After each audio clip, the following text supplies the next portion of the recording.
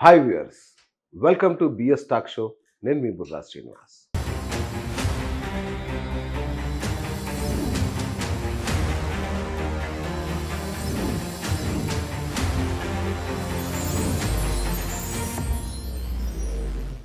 That is the capacity of Duvvada strength. Public నాతో ఉన్నారనడానికి కానీ జగన్ సీరియస్ అవుతున్నట్టు నా పాలిటిక్స్ మాస్తో ప్రారంభం. నేను ఎప్పుడు లీడర్ బేస్డ్గా వెళ్ళను. ఈరోజు మీ ఇంటర్వ్యూ చేయడం కరెక్టేనా? మా ఏజ్ లో ఇలా నిర్ణయం తీసుకొని ఒకరు అండర్స్టాండింగ్ గా ఉండి ఒకరి కష్టాల్లో ఒకరు పాలు పంచుకుంటూ ఒకరికొకరు సపోర్ట్ చేస్తూ ముందుకెళ్ళడం. సో మాకంటే ప్రేమికులు ఎవరు లేరని నేనైతే అనుకుంటున్నాను.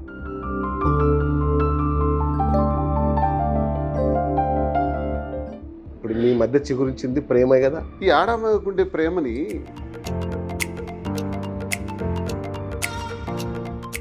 తన వల్లనే మీ ఇంట్లో గ్యాప్ స్టార్ట్ అయిందా? అంతకు ముందు కూడా గొడవలు ఉన్నాయా? ఒంటరిగా కారులో పడుకున్న విషయం ఈ ప్రజలకు తెలుసా?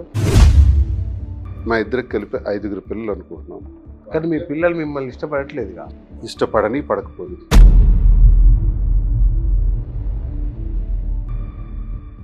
మీరన్నా వశీకరణ విద్యలు అలాంటివి అన్న ప్రాక్టీస్ చేశారా? నేను ప్రేమించాను, ఇతను స్పందించారు, అతని ప్రేమకు నేను స్పందించాను. A+B² లాగా ఉంది. ఇప్పుడు తను పొలిటికల్గా అంత అంబిషన్ ఎలా వచ్చిందండి? అంటే మీరు ప్రోత్సహించారా? పవన్ కళ్యాణ, చంద్రబాబు నాయుడు, ఇంకో కూడా నాకు అనవసరం.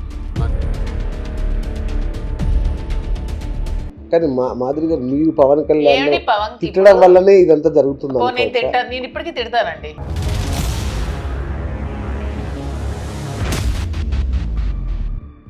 ఈ వీడియో ఎవరిదండి ఇది?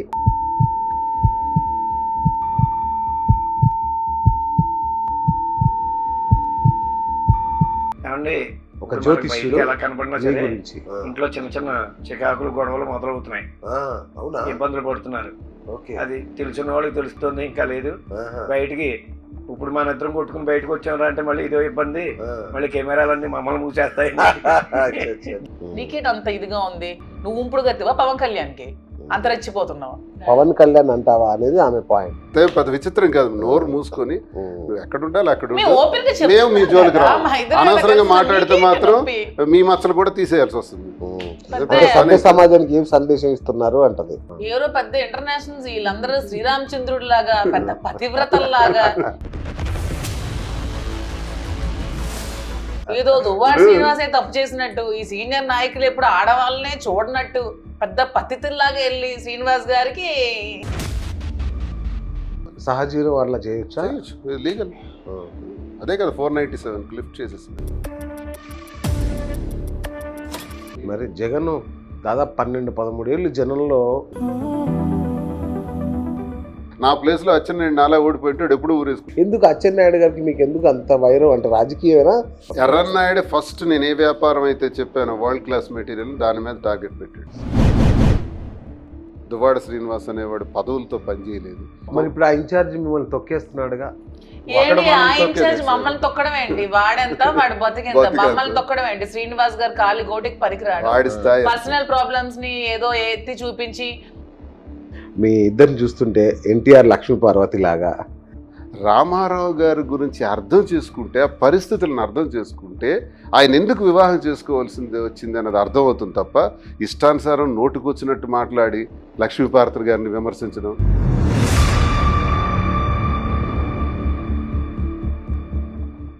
జూనియర్ దువ్వాడ ఇప్పుడు అంతకు మించిన స్టోరీ మరి.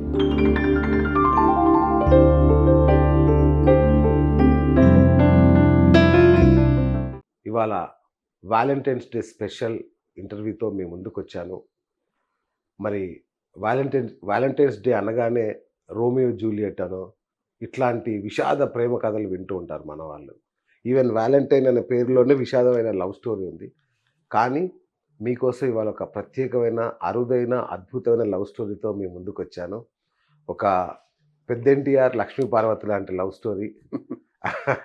సో వాళ్ళు ఎవరో కాదు, ఇప్పటికీ మీకు అర్థమైపోయి ఉంటుంది. మన దువ్వాడ శ్రీనివాసరావు గారు, అలాగే దివ్యల మాధవి గారు ఇవాళ మనతో ఉన్నారు. ఒకవైపు సమాజం, ఒకవైపు 2 కుటుంబాలు, మరొక వైపు ఆర్థికమైన ఇబ్బందులు, ఇటువైపు రాజకీయాల్లో ఒక ఒడిదొడుకులు, ఇన్నిటిని తట్టుకుంటూ వీళ్ళ ప్రేమ కథ దేదీప్యమానంగా వెలిగిపోతుంది, రోజు రోజుకు పెరుగుతోంది కూడా. మరి ఇంత స్ట్రాంగ్ లవ్ అనేది నిజంగా కొంచెం రేరెస్టే. మరి ఈ లవ్ స్టోరీ ఎటువైపు మలుపులు తిరుగుతుందో తెలుసుకునే ప్రయత్నం చేద్దాం ఈ వ్యాలంటైన్స్ డే రోజు. సో నమస్తే అండి మీ నమస్కారం ఇద్దరికి. నమస్కారం. మీ ఇద్దరికి వ్యాలంటైన్స్ డే శుభాకాంక్షలు ఫస్ట్. Thank you. సో అంటే వ్యాలంటైన్స్ డే రోజు వీళ్ళ స్టోరీనా అని చాలామందికి ఒక డౌట్ రావచ్చు. కానీ నేను ఇంతవరకు మీ ఇంటర్వ్యూలు, మీ ప్రీవియస్గా మీరు మాటలన్నీ చూశాక ఇది చెప్పడమే కరెక్ట్ ఏమో అనిపించింది నాకు. మేబీ ప్రేక్షకులు నన్ను కూడా తిడతారేమో, బట్ మీరు ఎలా కన్విన్స్ చేస్తారో చూడాలి ఇప్పుడు ప్రేక్షకుల్ని. ఈ వయసులో అని మళ్ళా అందరూ అడుగుతుంటారు, ఈ వయసులో ఈ ప్రేమ అని. మీ గతం అందరికీ తెలుసు. సో ప్రేమ ఇప్పుడు మీ మధ్య చిగురించింది ప్రేమే కదా. అంటే ఒక రకంగా చెప్పంటే ఇప్పుడు రామాయణం అంత ఫేమస్ మీ ప్రేమాయణం ఈ తెలుగు రాష్ట్రాల్లో. ఒక రకంగా చెప్పంటే దేశాలు కూడా దాటేసింది, రాష్ట్రాలు కూడా దాటింది మీ ప్రేమ కథ. సో తెలుగువాడు ఎక్కడుంటే అక్కడ మీరు తెలుసు ఇప్పుడు. సో అసలు ఎలా మొదలైంది ఆ ప్రేమ కథ, ప్రేమ ఎలా చిగురించింది కావాలి నాకు. ముందు వ్యాలంటైన్స్ డే అని పేరు ఎత్తారు కాబట్టి ఎస్ సార్. దీని మీద చాలా అపోహలు రకరకాలుగా ఉంటారు. ఇష్టపడే వాళ్ళు ఉంటారు ఈ డేని, అవును. ఈ డే చేసుకోవటం ఏంటి అనుకునే వాళ్ళు ఉంటారు. అసలు దాని పూర్వపరాలకు వెళ్తే రోమ్ నగరంలో బిఫోర్ క్రిస్ట్ అంటే 270 ఆ సంవత్సరాల్లో ఒక రోమన్ ప్రవక్త లాంటి ఓకే. ఆయన ఏంటంటే విచిత్రంగా ప్రేమ గురించి చెప్పడం మొదలుపెట్టాడు. ప్రేమికుల గురించి, ప్రేమ వివాహాల గురించి మొట్టమొదటిగా యూనివర్స్లో మాట్లాడింది ఆయన. ఓకే. వావ్. ఆ మాట్లాడిన దాన్ని బట్టి అక్కడ ఆ దేశానికి రాజు క్లాడియస్ అని ఆమె కుమార్తె ఉంటారు. ఆయన బోధనలకి తీవ్రంగా వ్యతిరేకిస్తాడు క్లాడియస్. ఆయన బోధనలకి తీవ్రంగా అభిమానిగా మారిపోతుంది ఆయన కూతురు. చాలా విచిత్రమైన ఆ కూతురు ఆయన ప్రేమలో పడుతుంది. ఇంకా వ్యాలంటైన్స్ గురించి విపరీతంగా వ్యాలంటైన్ గురించి మాట్లాడుతుంటే ఈ కూతురు తన ప్రేమలో పడింది కాబట్టి వాడిని చంపేస్తానని ఆయనకి హ్యాంగ్ చేస్తాడు. హ్యాంగింగ్ ఆర్డర్స్ ఇస్తే February 14th ఆయనకి.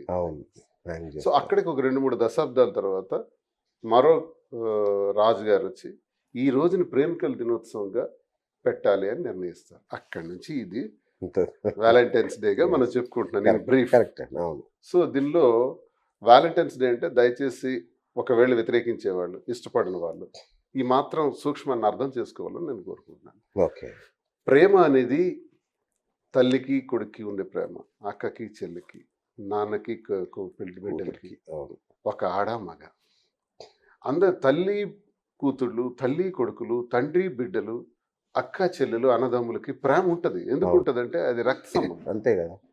అది ప్రేమ లేనిదే రక్త సంబంధానికి విలువ లేదు. కానీ ఇక్కడ ఏ సంబంధం ఉండదు. ఒక స్త్రీకి ఒక పురుషుడికి వాళ్ళిద్దరి మధ్య ఏముండాలి, ఏ సంబంధం ఉందని ప్రేమ ఉండాలి. అదే భగవంతుడి తాలూకా లీల. ఆ భగవంతుడి సృష్టిలో ఆ ప్రేమ అనే ఒక అంటే కెమికల్ సృష్టి ప్రారంభమే ప్రేమతో మొట్టమొదట వచ్చింది. ఈ ఆడామకుండే ప్రేమని వ్యాలంటైన్ మాట్లాడితే రోమ్ నగరం రాజు క్లాడియస్ దగ్గర నుంచి ఈ రోజు వరకు వ్యతిరేకించే వాళ్ళు ఉండొచ్చు కాక. ఇన్ని వేల 270 బిఫోర్ క్రీస్ట్ అంటే ఇప్పటికీ ఆల్మోస్ట్ 2000 సంవత్సరాలు అయిపోయింది. ఇప్పటి నుంచి ఇప్పటికీ దాని మీద చర్చలు జరుగుతున్నాయి. ఓకే, నేనంటానంటే ప్రేమతత్వాన్ని అర్థం చేసుకోవటంలో దీన్ని మిస్అండర్స్టాండ్ చేసుకోకూడదు అన్నది నా అభిప్రాయం. మీకు చెప్పినట్టుగా ఒక ఆడ మగకు ఉండేటటువంటి ప్రేమ. ఇప్పుడు మా ప్రేమ నేను నా వివాహ జీవితంలో నాకు కొన్ని ఇబ్బందులు వచ్చినాయి. అవన్నీ మీ ద్వారా ప్రజలందరికీ కూడా మీడియా ద్వారా చాలా విపులంగా తెలియజేశాం. ఆ ఇబ్బందుల వల్ల మేము ఈ నిర్ణయం తీసుకోవాల్సిన అవసరం వచ్చింది. మేము తీసుకున్నటువంటి ఈ నిర్ణయంలో భాగంగా మా ఇద్దరి మధ్య ఉన్నది కూడా ప్రేమే, అభిమానం. ఈరోజే నేను చెప్తున్నాను, వ్యాలంటైన్స్ డేలో మరొకటి కూడా ఉంటుంది. ఈరోజు ప్రేమించేవాళ్ళు నిజంగా ప్రేమికులైతే వాళ్ళ అభిప్రాయాలను వ్యక్తపరచుకోవాలి. ఈరోజు చేయాల్సింది ఏంటి, ఏం చేస్తాం, కేక్స్ కట్ చేస్తామా, లేదా బార్లకు వెళ్ళి ఎక్కడ వెళ్ళి ఇష్టానుసారం ఎంజాయ్ చేస్తామా? ఇది కాదు. ఆ పురుషుడు ఏమనుకుంటున్నాడు, ఆ మ్యాన్ ఏమనుకుంటున్నాడు, అలాగే విమెన్ ఏమనుకుంటుంది, వాళ్ళిద్దరి మధ్య అభిప్రాయాల్ని వ్యక్తపరుచుకుంటూ ఆ అభిప్రాయాన్ని విజయం చేయటానికి మనస్ఫూర్తిగా మనస్సాక్షిగా మాట్లాడుకునే రోజు ఇది. సూపర్. దీన్ని సూపర్. ప్రేమికుల రోజు అని మనం రైట్. అనుకుంటాం. దానికి ప్రాధాన్యత ఇవ్వాలి తప్ప అవును. అదర్ యాక్టివిటీస్కి అదర్ థింకింగ్స్కి ప్రాధాన్యత ఇవ్వకూడదని నేను తెలియజేస్తాను, కరెక్ట్ కరెక్ట్. నా అభిప్రాయం. సో దానిలో భాగంగా మేము ఈ నిర్ణయం తీసుకోవాల్సి వచ్చింది. ఈ నిర్ణయంలో చాలా అబ్స్టాకిల్స్ ఉంటాయి. మొదటి శత్రువు ఎక్కడ స్టార్ట్ అవుతుందంటే, man is a social animal. మానవుడు సంఘజీవి, అరిస్టాటిల్ చెప్పారు. సంఘపరంగానే బ్రతుకుతాడు, ఏ అడవుల్లోనో వెళ్ళి యానిమల్లా ఉండడు. అవును. సంఘపరంగా బతికేటప్పుడు ఆ సంఘానికి కొన్ని కట్టుబాట్లు ఉంటాయి, ఎస్. కొన్ని సాంప్రదాయాలు ఉంటాయి. ఆ సాంప్రదాయాలకు వ్యతిరేకంగా ఈ దేశంలో, ప్రపంచంలో చాలా ప్రాంతాల్లో చాలా సాంప్రదాయాలు ఉన్నాయి. ఆ సాంప్రదాయాల్లో మనం ఉండే ప్రాంతానికి ఒక సాంప్రదాయం ఉంటుంది. ఆ సాంప్రదాయాలకు వ్యతిరేకంగా మనం ఏదైనా చేస్తే సమాజంలో దాని గురించి మాట్లాడతారు. చర్చ రచ్చ. రచ్చ. ఇప్పుడున్న పూర్వ రోజుల్లో అంటే తెలిసేది కాదు ఈ విషయం. ఒక 20 years బ్యాక్కి వెళ్తే ఎవరేం చేస్తున్నారో తెలిసేది కాదు. ఇప్పుడు ప్రతి ఒక్క విషయం మినిట్ టు మినిట్ వెళ్ళిపోతుంది. ఎందుకంటే మీడియా, ఇంటర్నెట్ అనేది ఒక ప్రపంచం సృష్టించింది. దానిలో భాగంగా media every minute wise report ప్రజలకు వెళ్తుంది. దీన్ని ఎంజాయ్ చేసేవాళ్ళు ఉంటారు, విమర్శించే వాళ్ళు ఉంటారు, దీని గురించి ఎక్కువగా ఆలోచించే వాళ్ళు ఉంటారు. ఏదైనా ఒక నెగిటివ్ థింగ్ జరుగుతుంది అనుకోండి, దాన్ని ఎక్కువగా ఆస్వాదిస్తారు. అది మనిషికున్న లక్షణం, మీకు నాకు అందరికీ అంతే కదా. పాజిటివ్ థింగ్స్ దృష్టి పెట్టుకో, నెగిటివ్ థింగ్ ని 10 కోట్లు పెట్టి అన్నదానం వస్త్రదానం చేయండి, మిమ్మల్ని ఎవరు 10 పట్టించుకోరు. కోట్లు దొంగతనం చేశానండి, 10 కోట్లు దోపిడీ చేశాను, ఆ 10 కోట్లు దోపిడీ చేశాడంటే అన్నది హైలైట్ అవుతుంది. 10 కోట్లు పెట్టి అన్నదానం చేస్తే అది హైలైట్. ఇది మానవుడి తాలూకా టెండెన్సీ అండి. రైట్ మేడం, ఈ యొక్క వ్యాలంటైన్స్ డే రోజు ప్రేమకు మీరు ఇచ్చే నిర్వచనం ఏంటి? ఈ రోజు మీ ఇంటర్వ్యూ చేయడం కరెక్టేనా? ఇంటర్వ్యూ చేయడం కరెక్టే, ఎందుకంటే మీరు అన్నట్టు ఏజ్లో ఉన్నప్పుడు ఎవరైనా లవ్ చేస్తారు. సో మా ఏజ్లో ఇలా నిర్ణయం తీసుకొని ఒకరు అండర్స్టాండింగ్గా ఉండి ఒకరి కష్టాల్లో ఒకరు పాలు పంచుకుంటూ ఒకరికొకరు సపోర్ట్ చేస్తూ ముందుకెళ్ళడం, సో మాకంటే ప్రేమికులు ఎవరు లేరని నేనైతే అనుకుంటున్నాను. అవునా? సో విమర్శిస్తున్నారు చాలా మంది, ఇప్పుడు ప్రేమ ఏంటి, ఇది ప్రేమ ఎలా అవుతుంది? విమర్శించే వాళ్ళకి ఒకటే సమాధానం చెప్తాను, మీరు మా పొజిషన్లో ఉంటే మాకు తెలిసేది, మేము ఎలాంటి సిచ్యువేషన్ ఫేస్ చేసామో ఏంటో అది మాకు తెలుసు, మీకు తెలియదు. కాబట్టి మేము ప్రతిదీ కూడా మీకు అందరికీ చెప్తూనే వస్తున్నాం, ప్రతిదీ కూడా క్లియర్గా ఉండాలండి. మేము ఎప్పుడు కూడా ట్రాన్స్పరెన్సీతోనే ఉన్నాం, ట్రాన్స్పరెంట్గా ఉన్నాము, దాంతోనే అన్ని విషయాలు కూడా మీకు చెప్పాము. విమర్శించే వాళ్ళు కూడా అదే మేము చెప్తున్నాము. మా పరిస్థితుల ప్రభావం వల్ల మేము కలిసి ఉండాల్సి వచ్చింది. కలిసి ఉన్న తర్వాత మాలో ప్రేమ, అండర్స్టాండింగ్ అవి డెవలప్ అయ్యి మా బాండింగ్ ఇంకా ఎక్కువై ఇలా ఇద్దరం ఉన్నాం. రైట్ సార్, నేను స్టార్టింగ్లో ఒక మాట అన్నాను, ఇది నాకు ఎందుకో మీ ఇద్దరిని చూస్తుంటే ఎన్టీఆర్ లక్ష్మీ పార్వతి లాగా ఆ సీన్. ఇంకోటి ఆగస్టు సంక్షోభం ఉంటుంది ఆయనకు కూడా, మీకు ఆగస్టు సంక్షోభమే కదా. మీకు అట్లా ఎప్పుడైనా అనిపించిందా రిజెంబ్లెన్స్?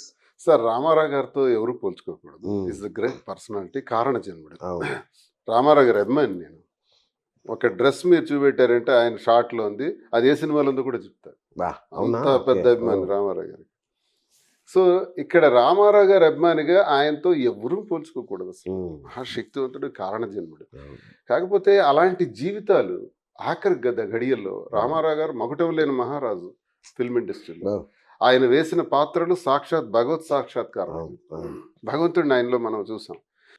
అలాంటి వ్యక్తి ఆఖరి గడియలు ఒక చరిత్రలో తీసుకుంటే భోజనానికి ఇబ్బంది పడ్డారని, 4 గంటలకల్లా ఆయన భోజనం చేస్తారంట, మంచి ఫుడ్ తింటారు.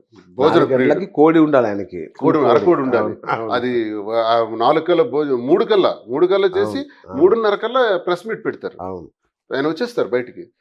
ఏ మానవుడు కూడా ఆ టయానికి లేచి స్నానం చేయడం ఉండదు. కానీ ఆయన అంత అదేంటంటే యోగులకి, ఋషులకి, మహానుభావులకి అది సాధ్యపడదు. అంతటి శక్తివంతుడు ఆయన. క్రమశిక్షణతో సినిమాల్లో కానీ రాజకీయాల్లో కానీ ఒక విలువలు ఉన్నటువంటి మనిషి. ఆయన ఉదాహరణ కింద మనం తీసుకోవాలి జీవితంలో. నా రోల్ మోడల్ గట్టిగా చెప్పుకోవాలనుకుంటే రామారావు గారు అనుకుంటుంటారు. అయితే ఆయన ఆఖరి ఘడియలు అతనికి అలా ప్రేరేపితం చేసాయి, అలా చేయాల్సిన పరిస్థితి వచ్చాయి. ఈ మార్నింగ్ 9 వరకు టిఫిన్ కోసం ఆయన ఇబ్బంది పడేవాడు. లచ్చన్న గారు మన కృష్ణ ఓబ్రాయ్ హోటల్లో మంచి టిఫిన్ దొరుకుతుందంట, తీసుకురండి అని లచ్చన్న అంటే డ్రైవర్. లచ్చన్న గారు వచ్చి డ్రైవర్ టిఫిన్ పెట్టే వరకు, మధ్యాహ్నం భోజనం వేళలు, ఓ రోజు బాత్రూంలో పడిపోతే ఆ చిన్న దెబ్బ తగలటం, తర్వాత పార్షియల్ పెరాలసిస్ రావటం వేళకి, ఇవన్నీ చదివి విన్నది నేను కళ్ళలో చూసాను. అందరు చెప్తే, పెద్దలు చెప్తే విన్నాను. లక్ష్మణ్ డ్రైవర్ కూడా ఆయన ఆఖరి గడియల గురించి చెప్పాడు, విన్నాను. ఈ పరిస్థితులు దేనికి ప్రభావం, ఏ పరిస్థితికి కారణమైంది? ఆ టైంలో ఆయన చరిత్ర రాయటానికి వచ్చిన లక్ష్మీ పార్వతి రామారావు గారికి దగ్గరయ్యారన్నది జగద్విదితం. దగ్గరై ఆ టైంలో ఆయన ఆరోగ్యపరమైనటువంటి ఇబ్బందులకి సేవ చేశారు. అవును. మందులు ఇచ్చారు, అవును. భోజనం పెట్టారు, టైం కల్లా చూశారు. అలా ఉండటం వల్ల రామారావు గారి ఇంట్లో ఒక లక్ష్మీభారతి ఉంటున్నారు, లక్ష్మీభారతి దగ్గర రామారావు గారు ఉంటున్నారు అన్న చర్చ ఎంత నీచంగా ఉంటుంది. అవును. కాబట్టి ఆయన ఏమన్నారంటే ఇదొద్దు, వివాహం చేసుకుంటాను అన్నారు. వివాహం చేసుకున్నారు. రామారావు గారి గురించి అర్థం చేసుకుంటే, ఆ పరిస్థితులను అర్థం చేసుకుంటే ఆయన ఎందుకు వివాహం చేసుకోవాల్సింది వచ్చింది అన్నది అర్థమవుతుంది తప్ప ఇష్టానుసారం నోటుకొచ్చినట్టు మాట్లాడి లక్ష్మీభారతి గారిని విమర్శించడం, అవును. రామారావు గారిని విమర్శించడం, రామారావు ఎలా చేశాడంటే అవును. రామారావు గురించి విమర్శించడానికి ఎవడికి ఏ స్థాయి ఉంది, అవును. ఎవడి బ్రతుకులు ఎంత ఈ దేశంలో. కరెక్ట్. లక్ష్మీభారతి గారు ఎన్ని త్యాగాలు చేసి ఆయనకు ఆఖరి నిమిషంలో ఉమ్. సేవ చేశారు. ఆమె ఎన్ని ఇబ్బందులు పడ్డారు, ఆమెకి ఒక కుటుంబం ఉంది, అయ్యో. ఆమె ఎన్ని విమర్శలు ఎదుర్కొన్నారు. అది తప్పది, నేను అది ఖండిస్తాను. అయితే రామారావు గారిలో మేం చేశామని నేను అనుకోను. ఎందుకంటే ఆయన అంటే మీరు చేశారని అనట్లా, అలాగే సీన్స్ అన్ని అలాగే కంపేర్ చేసుకోకూడదు, పెద్ద ఆయనతో మనం కంపేర్ చేసుకోకూడదు. మీరేం తక్కువ కాదులేండి, ఆయన రేంజ్ ఆయన మీరేం. ఎందుకంటే సార్ ఓకే సార్, రామారావు గారు కోటాను కోట్ల మందికి తెలిసిన వ్యక్తి కాబట్టి ఆయన గురించి అందరం మాట్లాడుకుంటున్నాం. అవును. ఎంతో కొంత ఒక 1% కొంత నేను కూడా పరిచయం ఉన్న వ్యక్తిని, Exactly. అందుకే ప్రోటోకాల్లో అంటున్నా. ఉన్నాను కాబట్టి, అవును. ఎమ్మెల్సీగా ఉన్నాను కాబట్టి ఒక ఎమ్మెల్సీ ఇలా చేయొచ్చు, అవును. సంఘ వ్యతిరేకమైంది కదా, సభ్య సమాజం తలదించుకునే విధంగా ఇలా ప్రవర్తించవచ్చు, ఆయన ఏం సందేశం ఇస్తున్నాడు అనేటప్పుడు నా జీవితంలో కూడా నువ్వు వచ్చినటువంటి కుటుంబపరమైనటువంటి రాజకీయాల్లో అమ్మాయికి తీసుకొచ్చావు. ఉమ్. మాధురి అనే అమ్మాయి అప్పటికే సర్వీస్ చేస్తూ సొసైటీకి ఒక భరతనాట్యం స్కూల్ పెట్టి ఫ్రీగా ఎడ్యుకేషన్ ఇస్తూ ఎంతోమంది అనాథలకి ఆసరాగా ఉంటూ రాజకీయాల్లో, నేను ఒక ఉమెన్స్ డే నాడు నాకు ఇన్వైట్ చేశారు. చేసేటప్పుడు all rich people, all class people, all ఒక స్టేటస్ ఉన్నటువంటి వాళ్ళు 2000 మందితో ఈమె కార్యక్రమం చేశారు. బా. ఆ కార్యక్రమం చూస్తే నాకు చాలా ఆశ్చర్యం వేసింది. ఇన్ని వేల మంది పిలుపుతో వచ్చారు కదా. అలాగే సర్వీస్ కూడా ఎంతగా చేస్తుంది కదా. ఒక బిడ్డకి ఎవరో ఒక తల్లి కనేసి ముళ్ళ పొదల్లో పడేస్తే ఆ బిడ్డని పెంచి పోషించి ఇంటర్మీడియట్ చదువుకునే స్థాయికి తీసుకొస్తే ఆ బిడ్డ నాకు కలిసి ఒకరోజు యూనిఫారంకి, డబ్బులకి, చదవటానికి కొంచెం హెల్ప్ చేయండి సార్ అంటే తప్పకుండా చేస్తానమ్మా అంటే ఆమె చరిత్ర అప్పుడు నాకు మాధురి చేసిందని నాకు అర్థమైంది. ఉమ్. అంటే ఇలాంటి సర్వీస్ మైండ్ ఉన్నోళ్ళు ఎందుకు రాజకీయాల్లో ఉండకూడదు, మనం ఎందుకు ప్రోత్సహించకూడదు? ఈమె ఓట్ బ్యాంక్ మనకు పార్టీకి ఉపయోగపడుతుంది కదా అని ఆలోచించి మేమే రాజకీయాల్లో తెచ్చాం. సరే, ఆమెకి యాక్టివ్ చేసాం. అవును. యాక్టివ్ చేసిన తర్వాత ఆమె యాక్టివ్గా పనిచేసుకుని పోతుంది, అవును. పార్టీకి ఉపయోగపడుతుంది. దాన్ని స్వార్థంగా మా ఇంట్లోనే వాడుకోవటం జరిగింది. ఉమ్. ఈమెకి నాకు రిలేషన్స్ పెట్టారు. ఆ రిలేషన్స్ పెట్టడం వల్ల ఆమె కుటుంబంలో కన్నవారు, అత్తవారి దగ్గర ఆమె తీవ్రమైన ఇబ్బందులు ఎదుర్కోవాల్సి వచ్చింది. నా కుటుంబంలో నేను ఒంటరి అయిపోయి మా అమ్మ దగ్గర కళాశాల ఏడాది కాలం పట్టింటికి తాళం వేస్తే, ఇదే ప్రోటోకాల్లో ఉన్న వ్యక్తి ఇలా చెయ్యొచ్చు అంటే, ఇదే ప్రోటోకాల్లో ఉన్నటువంటి వ్యక్తి, ఇదే గౌరవ స్థాయిలో ఉన్నటువంటి వ్యక్తి ఒంటరిగా కారులో పడుకున్న విషయం ఈ ప్రజలకు తెలుసా? బా. ఇంటికి తాళం వేసేస్తే విమర్శకులకు తెలుసా? ఒంటరిగా కారులో వెళ్ళి నా మైనింగ్ దగ్గర అర్ధరాత్రి కారు ఆపేసి అక్కడ ఏసీ ఆన్ చేసుకుని కారులో పడుకుండేవాడిని. గన్మ్యాన్లు పంపించేసేవాడిని, నేను క్యాంప్ వెళ్తున్నాను వెళ్ళండి అని, ఒరిస్సా వెళ్తున్నాను వెళ్ళండి అని నా కారు దగ్గర పడుకునే రోజులు చాలా ఉన్నాయి. ఎక్కడ ఉండలేక, ఏ హోటల్లో ఉండలేక, ఎందుకు మీరు ఇక్కడ ఉన్నారని అడుగుతారు. తన వల్లనే మీ ఇంట్లో గ్యాప్ స్టార్ట్ అయిందా? అంతకు ముందు కూడా గొడవలు ఉన్నాయా? సార్ నా వివాహం 28 సంవత్సరాలు అయింది. 28 సంవత్సరాల్లో లేని గొడవ ఇప్పుడు ఎందుకు వస్తుంది? 28 సంవత్సరాల్లో లేని నా యాటిట్యూడ్, నా బిహేవియర్ ఇప్పుడు ఎందుకు వస్తుంది? ఇది కావాలని స్వార్థం కోసం, రాజకీయ స్వార్థం కోసం, ఆ ఎమ్మెల్యే టికెట్ కావాలన్నటువంటి ఆకాంక్షతో మా ఇంట్లో జరిగినటువంటి గొడవ. అయినప్పటికీ కూడా నేను ఎమ్మెల్యే టికెట్ విడిచిపెట్టేశాను. అధిష్టానానికి రిక్వెస్ట్ చేసి ఆమెకి ఇచ్చేయండి అన్నాను. అది కూడా నిలబెట్టుకోలేకపోయారు. మళ్ళీ నేనే పోటీ చేయాల్సి వచ్చింది. నేను పలాసలో ఉండేటప్పుడు ఏకాంతం ఒక్కడిని అయిపోయినప్పుడు, ఏకాకిని అయిపోయినప్పుడు, జగమంతా కుటుంబం నాది, ఏకాకి జీవితం నాది అన్న జీవితంలో మారిపోయినప్పుడు నాకు భోజనాలు పంపించి, నా బట్టలు రెడీ చేసి, నా మనుషులను రెడీ చేసి, నా ప్రచారానికి ఏర్పాట్లు చేసినటువంటి ఈమెకి అప్పటికే మా కుటుంబం వల్ల నష్టపోయినటువంటి మాధురికి ఏంటి అవసరం? నా దగ్గర ఏముంది? ఆస్తుల అన్నీ నా కుటుంబానికి రాసేసాను. చాలా మంది అంటారు అన్ని కుటుంబానికి రాసేసాడరా తెలివిగా వచ్చి ఇప్పుడు మాధురి తీసుకుంటున్నాడు అనే వాళ్ళు కూడా ఉన్నారు. నిజమే, ఆస్తులన్నీ రాసేసాను. ఇప్పుడు నేను ఒంటరిగా ఏమీ లేకుండా ఉన్నాను. ఇప్పుడు ఎందుకు నన్ను చూడాలి మాధురి? అప్పుడెందుకు భోజనం పంపించి నాకు అన్ని విషయాలు చూడాలి, నా ఆలనా పాలన చూడాలి? ఇప్పుడు ఎందుకు చూడాలి? రామారావు గారి జీవితంలో ఏం జరిగిందో, ఆయన ఒంటరి అయిపోయినప్పుడు అదే పరిస్థితి నాకు వచ్చింది. ఆయన కూడా లక్ష్మీభారతి గారిని రాజకీయాల్లోకి దింపారు, మీరు దింపారు. సార్ ఈ రాజకీయాల్లో మాకు ఎటువంటి రిలేషన్ లేకముందే ఆమె ఓకే రాజకీయాల్లోకి తీసుకొచ్చాం. ఓకే ఈ పరిస్థితులను బట్టి ఆమెకి నేను దగ్గరయ్యాను. రైట్ రైట్ ఒంటరిగా ఉండేటప్పుడు ఆమె నాకు అందించిన సహకారం, ఆర్థికంగా కానీ వ్యక్తిగతంగా కానీ చేసిన సహకారం వల్ల మేము దగ్గరయ్యి, చూడండి చుట్టూ మానసికమైన ఇబ్బందులు ఉండేటప్పుడు, మనం సంఘర్షణలు ఎదుర్కొంటున్నప్పుడు, ఒంటరిగా ఉండేటప్పుడు కొన్ని నిర్ణయాలు తీసుకుంటాం. ఆ నిర్ణయాల్లో భాగమే ఈ నిర్ణయం. అయితే ఈ నిర్ణయంలో ఏంటి, ఈ నిర్ణయం తీసుకోవటం వల్ల సభ్య సమాజానికి వ్యతిరేకమైనప్పుడు కూడా, ఇది నచ్చని విషయం అయినప్పుడు కూడా ప్రజలకు చెబితే, ప్రజలు దేవుళ్ళని నేను నమ్ముతాను. ప్రజలు దేవుళ్ళని నమ్మే నేను ప్రజలకి వాస్తవాలు చెప్దాం, చెప్తే వాళ్లే కన్విన్స్ అవ్వచ్చు కదా. రావణుణ్ణి చూసి మెచ్చుకున్నది ప్రజలే, రాముణ్ణి చూసి ఆరాధించింది కూడా ప్రజలే, రావణుల్లో గొప్పతనాన్ని కీర్తించింది ప్రజలే. అంటే ప్రజలకు వాస్తవాలు తెలియజేస్తే వాళ్ళే మనకు జడ్జిమెంట్ ఇస్తారు. సో మేమిద్దరం ఏమనుకున్నామంటే, మాధురి అంటే నాకు ఎవరో తెలియదు అనొచ్చు, శ్రీనివాస్ ఎవరో నాకు తెలియదు తను అనొచ్చు. అందరూ అదే చేస్తున్నారు, విమర్శకులందరూ అదే చేస్తున్నారు, నచ్చని వాళ్ళందరూ అదే చేస్తున్నారు. కానీ మేము అది చేయలే. బాహ్య ప్రపంచానికి రాజకీయాల్లో ఉన్నాం కాబట్టి, ప్రజల మనిషిగా ఉన్నాం కాబట్టి ప్రజలకు వాస్తవాలు తెలియజేద్దామని నిర్భయంగా చెప్పాం. మొదటి రోజు ఎస్ మాధురికి నాకు సంబంధాలు ఉన్నాయి, తిరిగాం. తను నాకు ఎలా చూసింది, ఎస్ శ్రీనివాస్ గారితో నేను వెళ్ళటం జరిగింది, కోవిళ్ళు గుళ్ళు ప్రాంతాలు తిరిగాం. అబద్ధం ఎందుకు చెప్పాలా, వాస్తవం చెప్పాం. వాస్తవం చెప్పడం నేరమా? వాస్తవం చెబితే ఈరోజు మాకు జనంలో ఒక 1600 మంది యూట్యూబ్ ఫాలోవర్స్ ఉన్న మాధురికి గొడవ కాకముందు 1,00,000 దాటారు. ఇన్స్టాలో 1,45,00,000 వ్యూవర్షిప్, సెలబ్రిటీ స్టేటస్ వచ్చేసి. అంటే ప్రజల్లో అభిమానం లేకపోతే, ప్రజల్లో మా పట్ల గౌరవం లేకపోతే, ప్రజలు మా పట్ల కన్విన్స్ అవ్వకపోతే ఇవన్నీ ఎందుకు వస్తాయి? అదే కాదు, నేను ప్రాక్టికల్గా చూస్తున్నాను. ఎక్కడ హైదరాబాద్లో కానీ అవతల ఆంధ్రప్రదేశ్లో కానీ ఏ మారుమూల గ్రామం వెళ్ళినా పరిగెట్టుకుంటూ వచ్చి, అన్న నా ఒక ఫోటో ఇవ్వండి, అన్న ఫోటో ఇవ్వండి.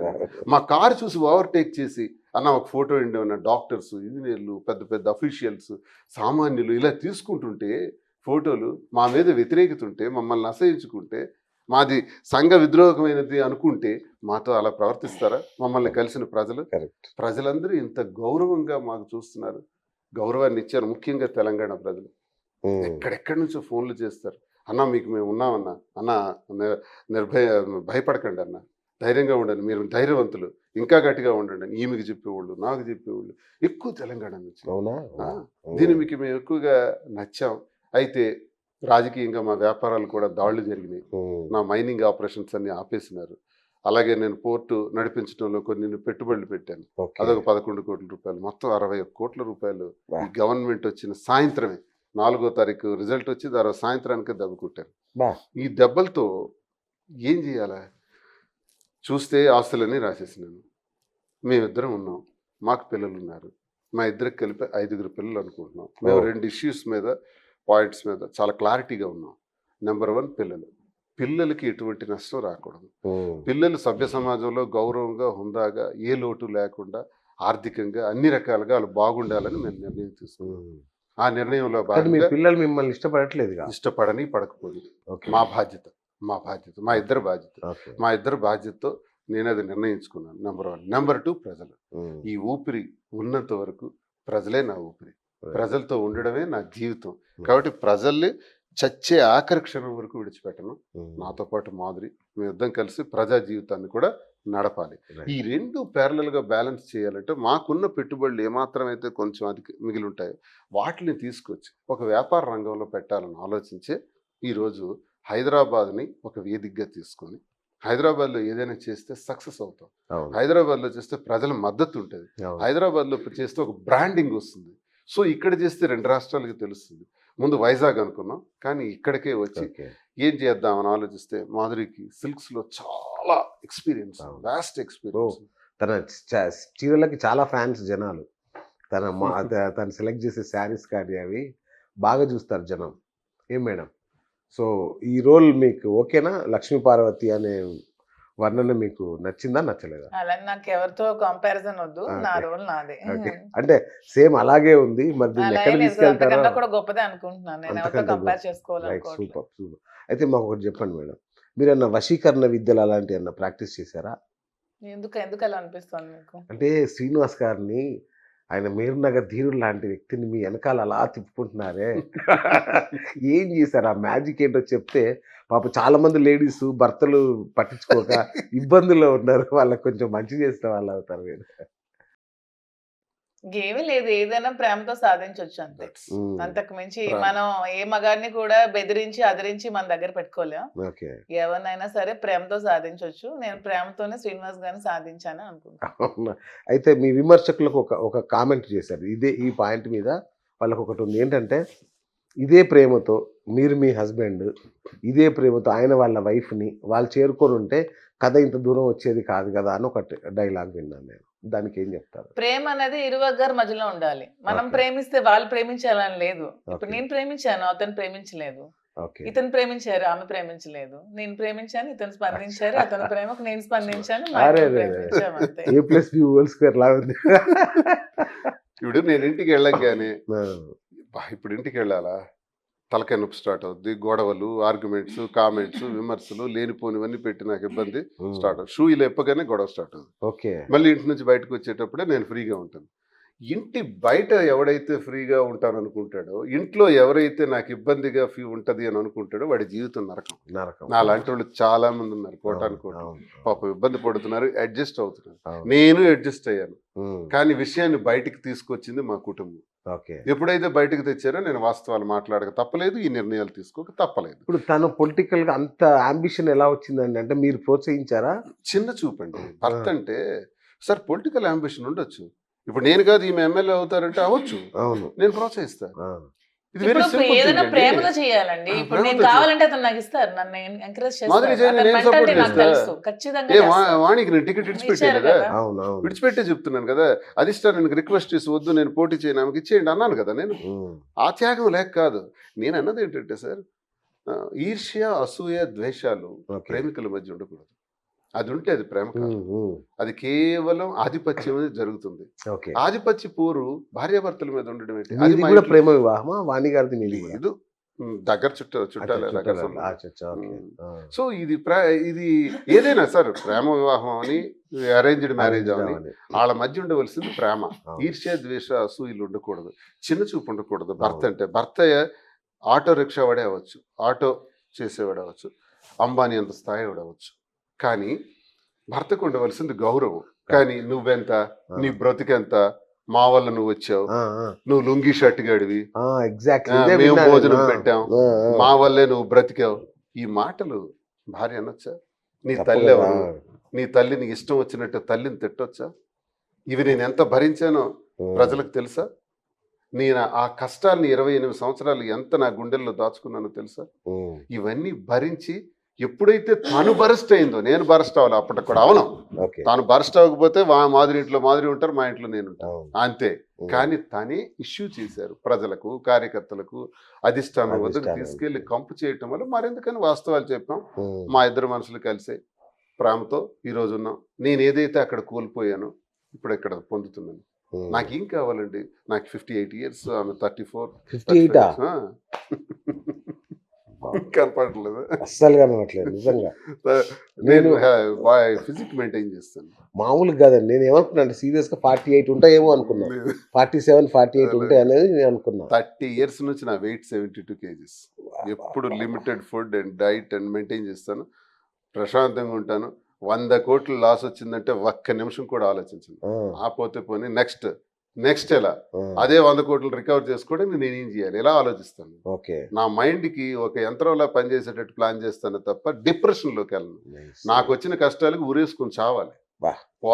పొలిటికల్ గా కానీ, నిజం. కుటుంబ పరంగా కానీ కరెక్ట్. అవును. ఊరేసుకుని 20 చావాలి. ఏళ్లలో మీరు కానీ నేను ఎప్పుడు అధికారంలో ఇంత లేరు కూడా కదా. ఖాతరు చేయను. మీ పొలిటికల్ కెరీర్ 20 నా years. 25 సంవత్సరాల జీవితంలో 18 సంవత్సరాలు అపోజిషన్ పాత్ర. బా, బా, బా. ఉద్యమాలు చేశాను, కేసులు పడ్డాను. 18 కేసులు, 7 మర్డర్ కేసులు, జైల్లో 62 రోజులు ఉన్నాను.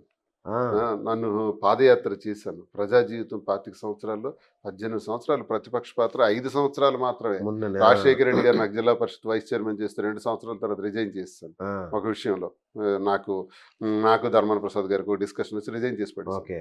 అధికారమే అనుకుంటే నాకు రిజైన్ చేయవలసిన అవసరం ఏంటి? Correct. ఇప్పుడు ఎమ్మెల్సీగా జగనన్న దయ వల్ల ఇప్పుడు నేను చూస్తున్నాను. ఇదేంటంటే నేను అధికారం కోసం నేను ఎప్పుడు ప్రాధేయపడలా. ప్రజలతో ఉండడానికి ఇష్టపడతాను, ప్రజా గొంతై మాట్లాడడానికి ఇష్టపడతాను, ఎవరికి భయపడను. ఓకే. అడగాలనుకుంటే కొండ బద్దలు కొట్టినట్టు పాయింట్ బ్లాంక్ అడుగుతాను. అటు పవన్ కళ్యాణ, చంద్రబాబు నాయుడు, ఇంకో కూడా నాకు అనవసరం. నన్ను ఏమైనా చేయాలనుకుంటే చేసుకోవచ్చు. వ్యాపారాలు ఆపారు, అరెస్టులు చేస్తారు, కేసులు పెడతారు. ఇప్పుడు కూడా నా మీద కేసులు పెట్టారు ఈ గవర్నమెంట్లో కూడా. అన్నింటికీ నేను సిద్ధమే. నాది ఒక రకమైన డైనమిక్ అప్రోచ్ ఉంటుంది. నేను ఆ మనసు కూడా నాది ప్రశాంతంగా పెట్టుకుంటాను కాబట్టి నా ఏజ్ కనబడదు. నిజంగా ఈ షాక్ ఇదైతే. మీకన్నా తెలుసా ముందు ఇంత ఏజ్ ఉంటుందని తెలుసా మీకు? నేను కూడా ముందు ఇంత ఏజ్ మోసపోయారు కదా. చూసినప్పుడు నేను కూడా 40లో ఉంటా అనుకో. అదే అనుకుంటున్నా, ఒక 48 లేవు. ఇప్పుడు కూడా నేను మరీ షాక్. నేనైతే 60 దగ్గరలో ఉన్నారంటే ఇప్పుడు ఈమె వయసు గల అమ్మాయి నాతో ఎందుకు ఉండాలి? అవును. నాకు ఇప్పుడు ఇలాంటి వయసుగా చిన్న పిల్లలతో 40, 34, 30 సంవత్సరాల అమ్మాయితో నాకెందుకు ఇప్పుడు అవసరం? పరిస్థితులండి, ప్రభావాలు ఇవి మాకు దారి తీసే తప్ప మేమేదో సభ్య సమాజం అయితే మిమ్మల్ని అడగాలేమో రివర్స్ క్వశ్చన్. మేడంని అడిగాను అనవసరంగా, ఏది ఆకర్షణ అనేది మిమ్మల్ని అడగాలేమో. ఫస్ట్ అంటే వాణి గారు చెప్పినట్టు మీరు చాలా పేద కుటుంబం నుంచి వచ్చారా? అంటే తన ఆస్తి కలిసి రావడం వల్లే మీరు ఈ స్థాయికి వచ్చారా? వాణి వాళ్ళ నాన్నగారి తల్లి, మా అమ్మ వాళ్ళ అమ్మ ఇద్దరు సొంత అక్క చెల్లెలు. సొంత అక్క చెల్లెల తాలూకా కుటుంబమే మా అమ్మ, మేము. వాణి వాళ్ళ నాన్న, వాణి. ఇందులో ధనవంతులు ఏంటి, పేదవాళ్ళు ఏంటి? వాళ్ళిద్దరు అక్క చెల్లెళ్ళు పేదవారు అయితే మేము పేదవాళ్ళమే, వాళ్ళిద్దరు అక్క చెల్లెళ్ళు ఉన్నవాళ్ళు అయితే మేము ఉన్నవాళ్ళమే.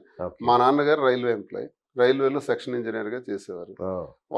మాకు కోట్లాది కొద్ది ఆస్తులు లేవు, అలాగని పేదరికం కాదు, మధ్యతరగతి కుటుంబం. దేనికి లోటు లేకుండా హాయిగా పెంచారు. ఎంఏ ఇంగ్లీష్ లిటరేచర్ చదివాను, లా చేశాను. నా స్వశక్తితో ఉద్యోగం చేస్తే ఎవడికో నమస్కారం పెట్టి 60 సంవత్సరాలు గడిపేస్తే ఏం మిగులుతుంది? అలా కాదు, ఏదో ఒకటి చెయ్యాలి. మనిషి అన్నాక ఒక క్రెడిబిలిటీ ఉండాలి. అలాంటిది చేయాలని సినిమా ఫీల్డ్కి వెళ్దామని ట్రై చేశాను. అందులో మనం వర్కౌట్ కాదు. నాకు అదే డౌట్ ఉండే మీకు అసలు ఇవన్నీ వీడియోలు చూస్తుంటే మీకు ఎక్కడో ఉండుంటది లోపల. ప్రయత్నం చేశాను. మదర్ ఫిల్మ్ ఇన్స్టిట్యూట్ లో యాక్టింగ్ నేర్చుకున్నాను. DFT diploma in film tracking, DF diploma in acting అని ఇవి చేశాను. కానీ అక్కడ ఫీల్డ్ లో మనం అడ్జస్ట్ కాలేం. మనకున్న ఆత్మాభిమానం చంపుకోవాలి. నేను ఏమాత్రం సెట్ కాను అనుకున్నాను, కట్ చేశాను. ఒక్క ఏడాదిలోనే డిసైడ్ అయిపోయాను. ఆ తర్వాత విద్యారంగంలోకి వచ్చాను. నేను 91లో నేను ఎంఏ పూర్తి చేశాను. పూర్తి చేసిన వెంటనే ట్యూటోరియల్స్ పెట్టాను. ఇంగ్లీష్ గ్రామర్ చెప్పడంలో నాకు చాలా ఇంట్రెస్ట్, ఇంగ్లీష్ చెప్పడంలో, లిటరేచర్ కాబట్టి ట్యూటోరియల్స్ పెట్టాను. 3 మండలాల్లో 3 హెడ్ క్వార్టర్స్లో 3 జూనియర్ కాలేజెస్ పెట్టాను, ప్రైవేట్ జూనియర్ కాలేజెస్. అంటే 91, 92 నాటికి నా దగ్గర 650 మంది విద్యార్థులు. ఆ రోజుల్లో విద్యా సంస్థలు, ప్రైవేట్ విద్యా సంస్థలు ప్రారంభించడం కొత్తగా ఉండేది. నేను ప్రారంభించాను. అంటే అప్పుడు ఒక నలంద అలాంటివి ఉండేవి విజయవాడలో. అలాంటి కాలేజీలు ఉండిన రోజుల్లో నేను ప్రారంభించి 650 మంది. నాకు పెళ్ళయింది 94. 94కు 650 మంది విద్యార్థులు నా దగ్గర ఉంటే నేను లుంగి షర్ట్ గాడిని ఎలా అవుతారు? ఎలా అవుతాను? ఆ మాత్రం స్తోమత ఉన్నవాడిని అవుతాను. విద్యాపరంగా కానీ, సంఘపరంగా కానీ, ఆర్థికంగా కానీ. సరే, మరో మాట కూడా వస్తాను. కొంతమంది విమర్శకులు అన్నట్టే లుంగి షర్ట్ గడిని అనుకుంటాం, తిండికి కూడా లేదే అని అనుకుంటాం. అయితే ఇలా అవమానపరుస్తారా? భర్తను ఎలా అవమానపరుస్తారా? అలాంటి మాటలు అంటారా? అలాంటి మాటలు అంటే ఎవడైనా భరించగలడా? ఉండడు కూడా కదా, భరించగలడు. బయటకు వచ్చి ఇన్ని మాట్లాడారంటే లోపల ఎన్ని మాట్లాడుంటారో మీకే అర్థమవుతుంది, అర్థం చేసుకునే వాళ్ళకి అర్థమవుతుంది. ఇవన్నీ భరించాను సార్. సరే, నేను లుంగి షర్ట్ గడిని అనుకుందాం. ప్యాంటు షర్ట్ గడిగా మిగిలిపోయాను పెళ్ళైన 28 సంవత్సరాలతో. ప్యాంటు షర్ట్ గడిగా మిగిలిపోయిన తర్వాత మాధురి నన్ను ఆదరించింది. ఏం చేయమంటారు? మాధురి మా వల్లే కదా జీవితం పోయింది. కన్నవారు అత్తవారి దగ్గర ఆమె అబాస్ పాలైంది, సమాజంలో అబాస్ పాలైంది. చెప్పమనండి విమర్శకులకి, వదిలేద్దామా? మరి ఇన్ని సేవలు చేసి ప్రజా జీవితం గడిపిన నేను నా కుటుంబానికి ఆస్తులు రాసేసి, నా కుటుంబం సెటిల్ అయిపోయి, ఈమె కుటుంబం రోడ్డు మీద ఉంటే, ఈమె నడి రోడ్డు మీద ఉంటే వదిలేయాలా? చెప్పానండి విమర్శకులకి. కరెక్ట్. సభ్య సమాజానికి వాస్తవం నేను చెప్తున్నా తెలియాలి కదా, కాబట్టి భరోసా ఇచ్చాను. నేనుంటాను, నీకే నష్టం జరగదు, నీ బాధ్యత నేను తీసుకుంటానని చెప్పాను. ఉన్నాం, అది ప్రేమగా మారింది. ప్రేమ ఈరోజు ఏదైనా చేయాలి. ఈ ఇద్దరి కలయిక ద్వారా మరిన్ని విశేషాలు జరగాలి. వ్యాపారం చేస్తే ఒక స్టోర్కి మా మీద ఇంచుమించు ఒక 100 మంది బ్రతుకుతారు. అంతేగా. అందుకు మేమేం ఆలోచించామంటే దీనికి అనుభవం ఉన్నటువంటి సిల్క్స్లోనే పట్టు పైన మీరు నాకు సహకరిస్తే నేను ఈ బిజినెస్ని ముందుకు తీసుకెళ్ళగలుగుతాను నాకు చెప్పటం. సరే నీకు నాలెడ్జ్ ఉంది, నాకు అందులో నాలెడ్జ్ లేదు, జీరో నాలెడ్జ్ అంటే అప్పుడు నాకు వారణాసి, కోల్కత్తా, బెంగళూరు, ధర్మవరం, యాడికి ఇలాంటి ఎలక ఇలాంటి ప్రాంతం, అహ్మదాబాద్ ఇలాంటి ప్రాంతాలకు 4 నెలల నుంచి మేము వెళ్తున్నాం. హనీమూన్ ప్లస్ బిజినెస్ తిరుగుతూ ఉండి ఎక్కడికి వెళ్ళామంటే నాకు విషయం చెప్పిన తర్వాత ఒక పని చేద్దాం. నేను హైదరాబాద్లో కూడా చూసాను, చాలా మార్కెట్లో చూసాను. ఒక 50,000 రూపాయలు విలువైన శారీని, పట్టు చీరని 3 లక్షలకు అమ్ముతున్నారు తెలుసా మీకు? ఇది జరుగుతున్నటువంటి దీనిలో ఎవరు నష్టపోతున్నారు? కస్టమర్ నష్టపోతున్నాడు. కాబట్టి దీనికి న్యాయం చేయాలి. ఎందుకంటేనండి వ్యాపారం పెట్టిన తర్వాత ఆ వ్యాపారం పెట్టిన వాడు ఎవడో ప్రజలకు తెలుస్తుంది, కానీ వ్యాపారం పెట్టక ముందు మేమెవరో జనంకి తెలుసు. 2 రాష్ట్రాలు. శ్రీనివాస్ ఒక బిజినెస్ చేస్తున్నాడు, మాధురి కలిసి చేస్తున్నారంటే మా మీద కొన్ని ఇమేజ్ నమ్మకాలు ఉంటాయి, ఆ నమ్మకం ఉంటుంది. అందరిలాగా మేము చేయకూడదు, చేయలేం, లాభాపేక్షతో చేయలేం, లాభం లేకుండా ఎవడు వ్యాపారం చేయలేడు. కానీ విపరీతమైన లాభాలకు ఆశించి మాత్రం మేము చేయదలుచుకున్నాం. అందుకు ఒక సరసమైన ధర ఇవ్వాలి, నాణ్యత ఇవ్వాలి. నాణ్యతే మా ప్రామాణికం, క్వాలిటీ ఈజ్ అవర్ ప్రిడామినెన్స్ అని మేము ఒక నిర్ణయం తీసుకొని నాణ్యతే మా ప్రాధాన్యత, ప్రత్యేకత, నాణ్యత, సరసమైన ధర అనుకుని ఇది ఇవ్వాలంటే ఏం చేయాలా? డైరెక్ట్గా మగ్గందారుల దగ్గరికి, నేతన్నల దగ్గరికి పోయింది. ఒక నేతన్నకి అడిగితే మీరు ఈ చీర ఎన్నాళ్ళలో తెస్తారంటే 1 రోజులు అవుతుందండి, 2 నెలలు కూడా పడుతుంది, ఒక్కోసారి 15 రోజుల్లో కూడా చేస్తాం అని చెప్పాడు. నీ ఆర్థిక సంబంధాలు అంటే ఆర్థికంగా ఎలా సంపాదిస్తున్నావు అంటే పేదవాడిగానే మిగిలిపోయినాడు. ఆయన దగ్గరకు మేము పోయి సరే నీకు నష్టం లేకుండా సరైన ధరిస్తాము, అవన్నీ మాకు ఇచ్చేస్తావా? ప్రతిదీ మేము ఇస్తామని ఒప్పుకున్నారు. అన్ని మగ్గాల దగ్గరికి వెళ్ళి మాట్లాడితే అలా ఒప్పుకుంటే 4 నెలలుగా చాలా మెటీరియల్ని, పట్టు సిల్క్స్, హ్యాండ్లూమ్స్ని మేము సేకరించాం. దానికి కొంత ఇన్వెస్ట్మెంట్ గట్టిగానే పెట్టి వాళ్ళకు మగ్గాదారులకు ప్రోత్సహించి వాళ్ళ ద్వారా ఇప్పుడు మేము తీసుకురావటం జరిగింది. దీన్ని మేము ఏం చేయబోతున్నాం అంటే కాంచీపురం వకుళ సిల్క్స్ అని పేరు పెట్టి. వకుళ మాత వెంకటేశ్వర స్వామి తల్లి. వెంకటేశ్వర స్వామి తల్లిగా అమ్మవారు, ఆమెను అందరూ కూడా ఆమె ఆశస్సులు పొందాలి. ఎందుకు పొందాలంటే మనం పెద్దగా గుర్తించాం, మన గుర్తులోకి, దేవతల గుర్తుల్లోకి వకుళమాత తక్కువగా ఉంటారు. కారణం నాకు తెలియదు, కానీ ఆ వకుళమాత వెంకటేశ్వర స్వామి పర్వతాలు ముందు ఆమె గత జన్మలో ద్వాపర యుగంలో యశోదాదేవిగా కృష్ణ పరమాత్ముడికి తల్లిగా కృష్ణుడికి ఒక వివాహం చేయలేకపోయింది, ఏ వివాహంలో పాల్గొలేకపోయింది. అప్పుడు విష్ణుమూర్తికి ఆమె ప్రాధేయపడితే నీ కోరిక కలియుగాంతంలో నెరవేరుతుందని చెప్తారు. కలియుగాంతంలో ఈ తిరుపతి 7 కొండల మీద ఒక కుటీరంలో ఆమె నివసిస్తుంటారు, ఆమె ప్రతారం నివసిస్తారు. ఆ నివాసం వద్దకి వెంకటేశ్వర స్వామి వైకుంఠం విడిచిపెట్టి ఆ కొండ మార్గాలు పోతున్నప్పుడు అక్కడికి చేరతారు. చేరినప్పుడు ఆ తల్లి అడుగుతుంది, ఎవరు బాబు నువ్వు అని. అంటే నేను ఏ ఊరు నీదంటే ఏ ఊరో నాకు తెలియదు, ఏం పేరు అంటే ఏ పేరు నాకు తెలియదు, అన్ని పేర్లు నావే అంటారు, అన్ని ఊళ్ళు నావే అంటారు. అయితే ఈ రోజు నుంచి నీకు నేను శ్రీనివాసుడు అని పేరు పెడతానని వకుళాదేవి వెంకటేశ్వర స్వామికి శ్రీనివాసుడు అని పేరు పెట్టి పిలవటం జరుగుతుంది. ఆ తర్వాత ఆయనకి వివాహం చేయటానికి ఆకాశరాజు కుమార్తె పద్మావతితో ఇచ్చి వివాహం జరిపిస్తారు. వివాహం చేసేటప్పుడు పెళ్లి కుమార్తె ఎలా ఉండాలి, పెళ్లి కుమారుడు ఎలా ఉండాలి, పెళ్లికి అప్పు కావాలి, డబ్బులు లేవే. అప్పుడు కుబేరుడి దగ్గర అప్పు చేస్తారు వకుళమాత. అంటే ఒక తల్లిగా అప్పు చేసే బాధ్యత, ఆ అప్పే వెంకటేశ్వర స్వామి ఇప్పుడు వరకు వడ్డీ కాసులు వాడు తీరుస్తూ ఉంటాడు, ఆ అప్పు తీరడం లేదు, తీరుస్తూ ఉంటారు. సో ఒక తల్లిగా బిడ్డకి వివాహం చేయడం, కోడల్ని చూడటం, ఆ కోడల కోసం వెళ్ళి సంప్రదింపులు చేయటం తండ్రితో, ఇవన్నీ బాధ్యతలు తీసుకున్న ఒక గొప్ప అమ్మవారు. ఈ అమ్మవారిని మనం ఆ అమ్మవారి ఆశస్సులు పొందగలిగితే ప్రపంచంలో ప్రతి ఒక్కరికి తెలియజేసేది ఈ సాంప్రదాయం. ఈ సాంప్రదాయాన్ని గౌరవంగా మనం ముందుకు తీసుకెళ్ళగలుగుతాం నమ్మకంతో వకుళమాత అమ్మవారి పేరులో ఆమె దేవాలయం ఉంది, ఆమె పేరు పెట్టు. నిజంగా అంటే నేను ఇప్పటిదాకా వెంకటేశ్వర స్వామి తన పెళ్లి కోసం తానే వడ్డీకి తెచ్చుకున్నాడు అని అనుకున్నా, తల్లి వకుళమాత చేస్తారు. అంత బాధ్యత గల అమ్మవారు తల్లి కాబట్టి ఆమె పేరు పెట్టుకుని చీరలు ప్రతి ఒక్కరికి పంపిణీ చేస్తే అందజేయగలిగితే మేలు జరుగుతుందని ఆశించి ఈ పేరు పెట్టాం.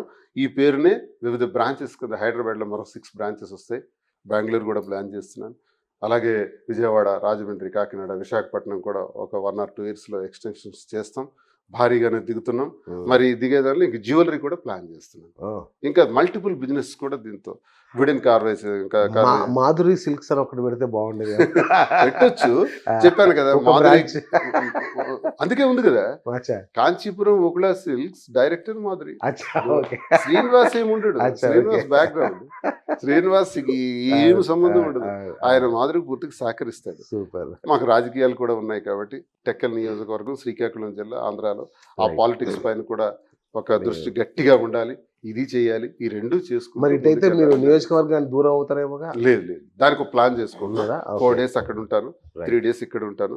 మాధురి ఉంటారు, వెళ్తూ ఉంటారు, వస్తూ ఉంటారు, కలుస్తూ ఉంటారు. ఇక్కడ నివాసం ఇల్లు తీసుకుంటున్నాం, అక్కడ నివాసం ఉంది కాబట్టి ఇవన్నీ చేస్తాం.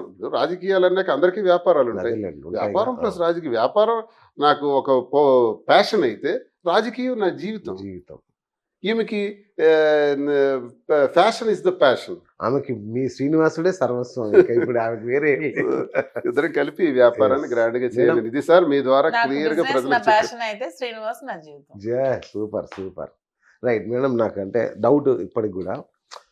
మొన్న మీ అదే ఎక్స్ హస్బెండ్ అమెరికా నుంచి మాట్లాడినప్పుడు నేను రామున్న సీతను అనుమానించడానికి నేను రాముణ్ణి కూడా తక్కువ చేసి మీ మీద అంత అద్భుతమైన ప్రేమ, అంటే ఇంతవరకు ఎవరు రాముణ్ణి అలా తక్కువ చేయాల, అది అలాంటిది చెప్పి మిమ్మల్ని అంతగా అభిమానించాడు కదా. అంటే అంత గొప్ప ప్రేమను కూడా తృణీకరించి ఇటువైపు రావడానికి ఏం దోహదం చేసింది అసలు? అక్కడ ఏం జరిగింది? ఇప్పటికి మీకు చాలా ఇంటర్వ్యూస్ లో క్లారిటీ ఇచ్చాను. వాణి ఏదైతే పిల్లల కోసం కామెంట్ చేసి పిల్లలు శ్రీనివాస్ గారితో పుట్టిన పిల్లలు ఇలా మరి హస్బెండ్ తో కాదు డిఎన్ఏ టెస్ట్లు చేయాలన్నప్పుడు అతను రెస్పాండ్ అయ్యి ఆ మాట చెప్పారు. చాలా ఇంటర్వ్యూలో క్లారిటీ ఇచ్చాను అదే. ఇప్పుడు మీ ఇంటర్వ్యూలో కూడా అదే చెప్తున్నాను. మా ఇద్దరి మధ్యలో ప్రేమ అంటే తను ఎప్పుడు కూడా ఫారెన్ లో ఉండేవాళ్ళు. తనకి ఎప్పుడు డబ్బు, మనీ, సంపాదన ఇదే ఇంపార్టెన్స్. నేను ఎప్పుడు ప్రేమ కోరుకునేదాన్ని. నాకెప్పుడు నాకు ఇండియానే ఇష్టం. నాకు ఫారెన్ కంట్రీస్ నాకు ఉండడం నాకు ఇష్టం. నేను ఒక 1 year 2 years వెళ్ళాను, నాకు నచ్చలేదు. నేను వచ్చి ఇండియాలోనే సెటిల్ అయిపోయాను. చాలా సార్లు రిక్వెస్ట్ చేశాను, ఇండియాలో వచ్చి ఉండిపోండి, ఫారెన్ లో వద్దు, నాకు ప్రేమ కావాలి, పక్కనే ఉండే హస్బెండ్ నాకు కావాలి, ఇలా దూరంగా ఉంటే నేను బ్రతకలేను. చాలా సార్లు నేను కంపల్ చేస్తాను, రిక్వెస్ట్ చేశాను, అయినా ఎప్పుడు కూడా తను వినలేదు. మ్యారేజ్ అయ్యి మాకు 10 years అయినా సరే 10 years మ్యారేజ్ లో తను మహా ఉంటే ఒక 4-5 months మాత్రమే మాతో ఉన్నారు. 10 years లో ఎప్పుడు ఇయర్ లో జస్ట్ 2 months మాత్రమే అతను మాతో ఉండేవాళ్ళు.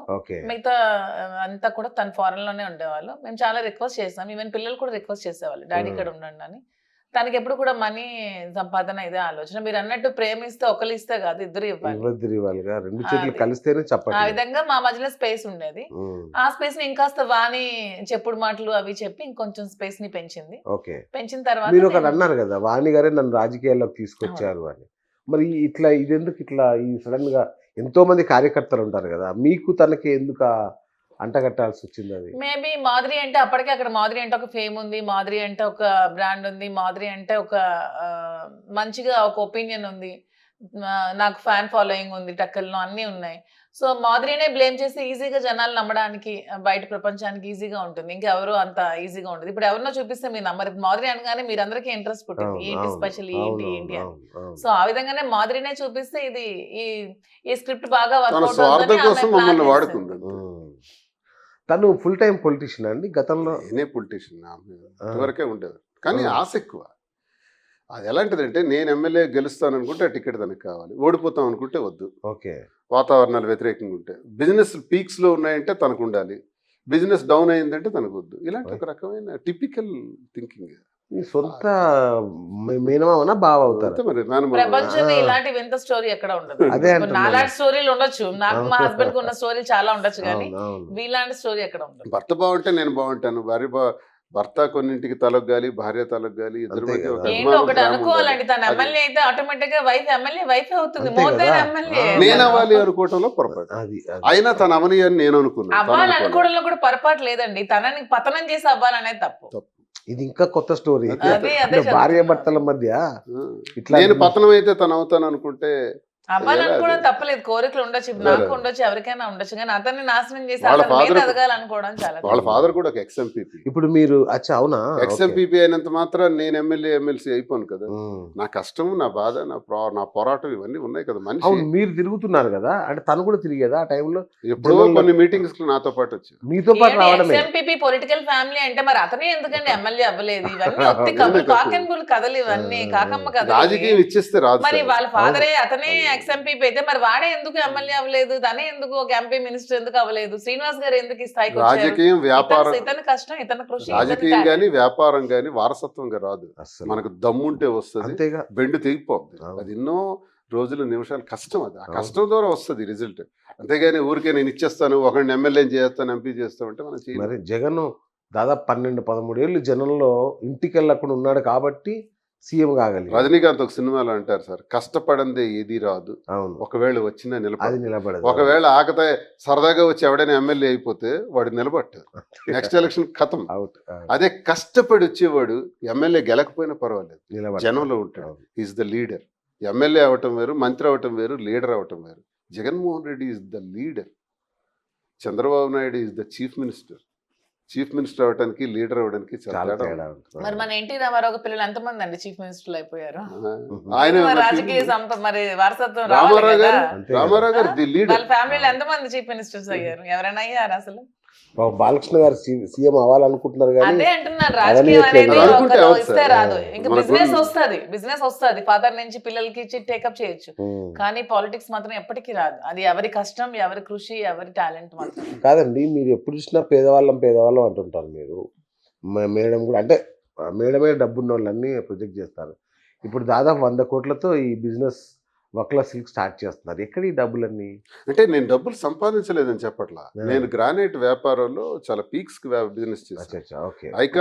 ఐకాన్ బ్రౌన్ అని ఒక కలర్ గ్రానైట్ కి నేను ఓనర్ గా ఉండేవాడు.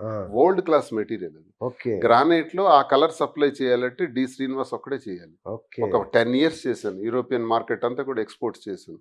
పీక్స్ లో బిజినెస్ చేసాం. అలాగే ఇప్పుడు బ్లూ గ్రానైట్స్ ఇవన్నీ చేశాను. అవన్నీ కుటుంబానికి విడిచిపెట్టాను కదా. అచ్చా. నా దగ్గర ఇప్పుడు ఏముంటుంది, అంతా రాసేసాను కదా.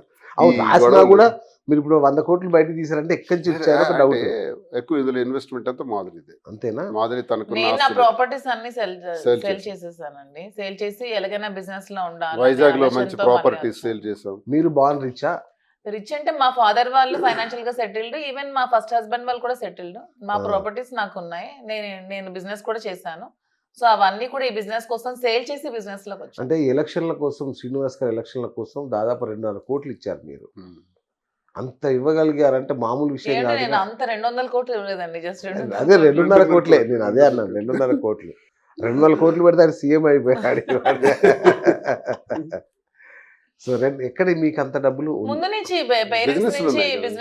బిజినెస్ లు ఉన్నాయి. ఫాదర్ రియల్ ఎస్టేట్ అపార్ట్మెంట్స్ అవి Petrol కన్స్ట్రక్షన్ bunk, చేస్తూ ఉంటారు. బ్యాంక్స్ ఉన్నాయి, వ్యాపారాలు ఉన్నాయి, అన్ని ముందు నుంచి సెటిల్డ్ అండి. Okay okay. ముందు యాన్సిస్ట్రల్ ప్రాపర్టీస్ ఇప్పుడు నాకు వచ్చినవే నేను ఇప్పుడు సేల్ చేసి బిజినెస్ లో ఇప్పుడు పెడుతున్నాను. బిజినెస్ లో కూడా మా దగ్గర మూలధనం లేదు, అన్ని అమ్మేసి. అమ్మేసాం అంతే. ఓ. శ్రీనివాస్ గారు వెల్ సెటిల్డ్ అండి, ఫైనాన్షియల్ గా వెల్ సెటిల్డ్, కానీ అన్ని తనకి ఇచ్చేసి వచ్చేసారు. సార్ అన్నట్టు అన్ని ఇప్పుడు అతను ఆమె చెప్పిన చొక్కా ప్యాంట్ ఇప్పుడు వచ్చారు, అన్ని ఇచ్చేసి ఇప్పుడు వచ్చారు. ఇప్పుడు లుంగి షర్ట్ కానీ 100%. Pant shirt. Pant pant shirt shirt వచ్చారు. ఇప్పుడు వచ్చారు, అప్పుడు కాదు. అప్పుడు తను సంపాదించుకున్నారు, కాలేజీలు పట్టుకున్నారు, వెల్ సెటిల్డ్ అయ్యాడు. ఇతన్ని చూసి ఇతను ఉంటే మనకి బాగుంటుంది, ఇతను టాలెంటెడ్ అని ఇతన్ని చూసి ఆమె లవ్ చేసి పెళ్లి చేసుకున్న తర్వాత ఇతను ఎప్పుడు కూడా ఎవరిని ఇష్టపడి పెళ్లి చేసుకోలేదు. వాళ్ళు బలవంతం పెట్టి ఆమె లేచిపోయి వీళ్ళ ఇంటికి వచ్చి మరి ఇతనే కావాలని చెప్పి పెళ్లి చేసుకుంది. అవునా? వీళ్ళ మదర్ కి ఇష్టం లేదు, వీళ్ళ మదర్ అసలు ఒప్పుకోలేదు. అదే అసలు అప్పుడు అడగాలన్న ప్రశ్న వీళ్ళ మదర్ కి ఆగిపోయింది. ఇష్టం లేదు, ఆ యాటిట్యూడ్ వీళ్ళ మదర్ కి ముందు నుంచి తెలుసు, దీనికి వార్న్ Okay, చేసింది, okay. వద్దని చెప్పింది. మరి అప్పటికి అతను ప్రెజర్ తట్టుకోలేక మ్యారేజ్ చేసుకున్నారు. ఇతను అంచెలంచెలుగా ఎదిగారు, వ్యాపారాలు చేశారు, అన్ని ఇండిపెండెంట్ గా చేశారు, సొంతగా చేశారు, సొంతగా రాజకీయాల్లో ఎదిగారు. తిని ఇండిపెండెంట్ గా స్వయం శక్తితోనే ఇంతవరకు వచ్చారు. Right. వచ్చి ఆ సంపాదించుకున్న ఆస్తి మొత్తాన్ని ఆమెకి ఇచ్చేసి, ఆమె ఇప్పటికి పిల్లలకి కూడా ఇచ్చేసి అలా కట్టుబడులతో ఇతను వచ్చారు. ఇప్పటికీ నా సొసైటీతో ఎక్స్పోర్ట్స్ మైనింగ్ లో చేయగలను, అచ్చా అచ్చా. కానీ ఆ ఫీల్డ్ ఆపాం. ఇంకా అది Okay. అక్కడ ఆపి ఇప్పుడు ఈ రంగంలోకి వచ్చాం. ఎందుకంటే అది ఆపామంటే ఎప్పుడు పొలిటికల్ ప్రెషర్ ఎక్కువ అవుతుంది ఆ బిజినెస్ అవును. మీద. ఇతను బాగా దాన్ని డెవలప్ చేయడం, దీని కష్టాన్ని అంతా అక్కడ పెట్టడం, ఒక 30 crores 40 crores వరకు ఇన్వెస్ట్మెంట్ పెట్టారు క్వారీలో. ఇవన్నీ పెట్టాక ఈ పొలిటికల్ గా మళ్ళీ ఏమాత్రం అటు ఇటు అవుతున్నప్పుడు ఈ పార్టీ ఎప్పుడు రాగానే దీని మీద బిజినెస్ మీద కొడుతున్నారు. సో అందుకని ఇది చూస్ చేసుకోవడం జరిగింది. నాకున్న ఇంట్రెస్ట్ ప్యాషన్, నాకు శారీస్ మీద చాలా ఎక్కువ ఇంట్రెస్ట్ ముందు నుంచి. సో దాని ఎలాగా పొలిటికల్ గా దీన్ని ఎవరు మనకి చేయలేరు. దాన్ని బిజినెస్ లో రకాలు అంటే చేసిన గవర్నమెంట్ తో లింక్ ఉన్న వ్యాపారాలు కొన్ని ఉంటాయి. లీజ్ గవర్నమెంట్ దాంట్లో దగ్గర main గవర్నమెంట్ అసెట్స్ లీజ్ కు తీసుకొని చేసే వ్యాపారం అవును. అది చాలా డేంజరస్ వ్యాపారం. అవును. ఇలా గవర్నమెంట్లు ఉంటే మారినప్పుడల్లా ఇదేంటిది పబ్లిక్ రిలేషన్ ఇది. correct. ఈ బిజినెస్ దీన్ని ఎవరేం పబ్లిక్ తో చేయలేరు. సంబంధం మాకు, అవును. గవర్నమెంట్ తో సంబంధం మాకు, ఏ గవర్నమెంట్ లో ఉన్న సంబంధం ఉండదు, అవును. ఎవరితో ఉండదు. అవును. ఈ బిజినెస్ ఏ వ్యాపారికి గవర్నమెంట్ తో సంబంధం ఉండదు. Correct. ఇది పబ్లిక్ రిలేషన్. పబ్లిక్ లో గుడ్ విల్ ఉంటే చేయగలుగుతాం, చేయగలం. పబ్లిక్ నమ్మకాన్ని పొందగలిగితే చేయగలుగుతాం. రైట్. ఇప్పుడు నేను అదే అడుగుదాం అనుకున్నా కదా, వాణి గారిని అలా ఆకట్టుకున్నారు, మాధురి గారిని ఇలా ఆకట్టుకున్నారు.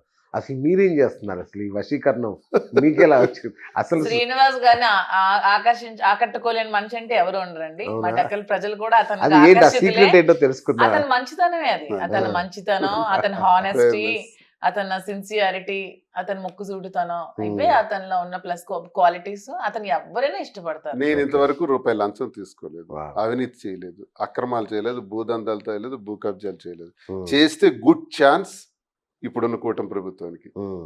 నన్ను ఆ రికార్డులన్నీ తీసి నాకు కానీ లోపల మంచి వాళ్ళకి ఇన్ని డబ్బులు రావే అంటే ఇంత బిజినెస్ బిజినెస్ చేశారు అతను. బిజినెస్ లో నేను చెప్పాను కదా, ఉమ్, ఉమ్, ప్రపంచ గ్రానైట్ వరల్డ్ లో నేను సప్లై చేసిన ఐకాన్ బ్రౌన్ అనే colour granite Okay. Exclusive colour in the world. Okay.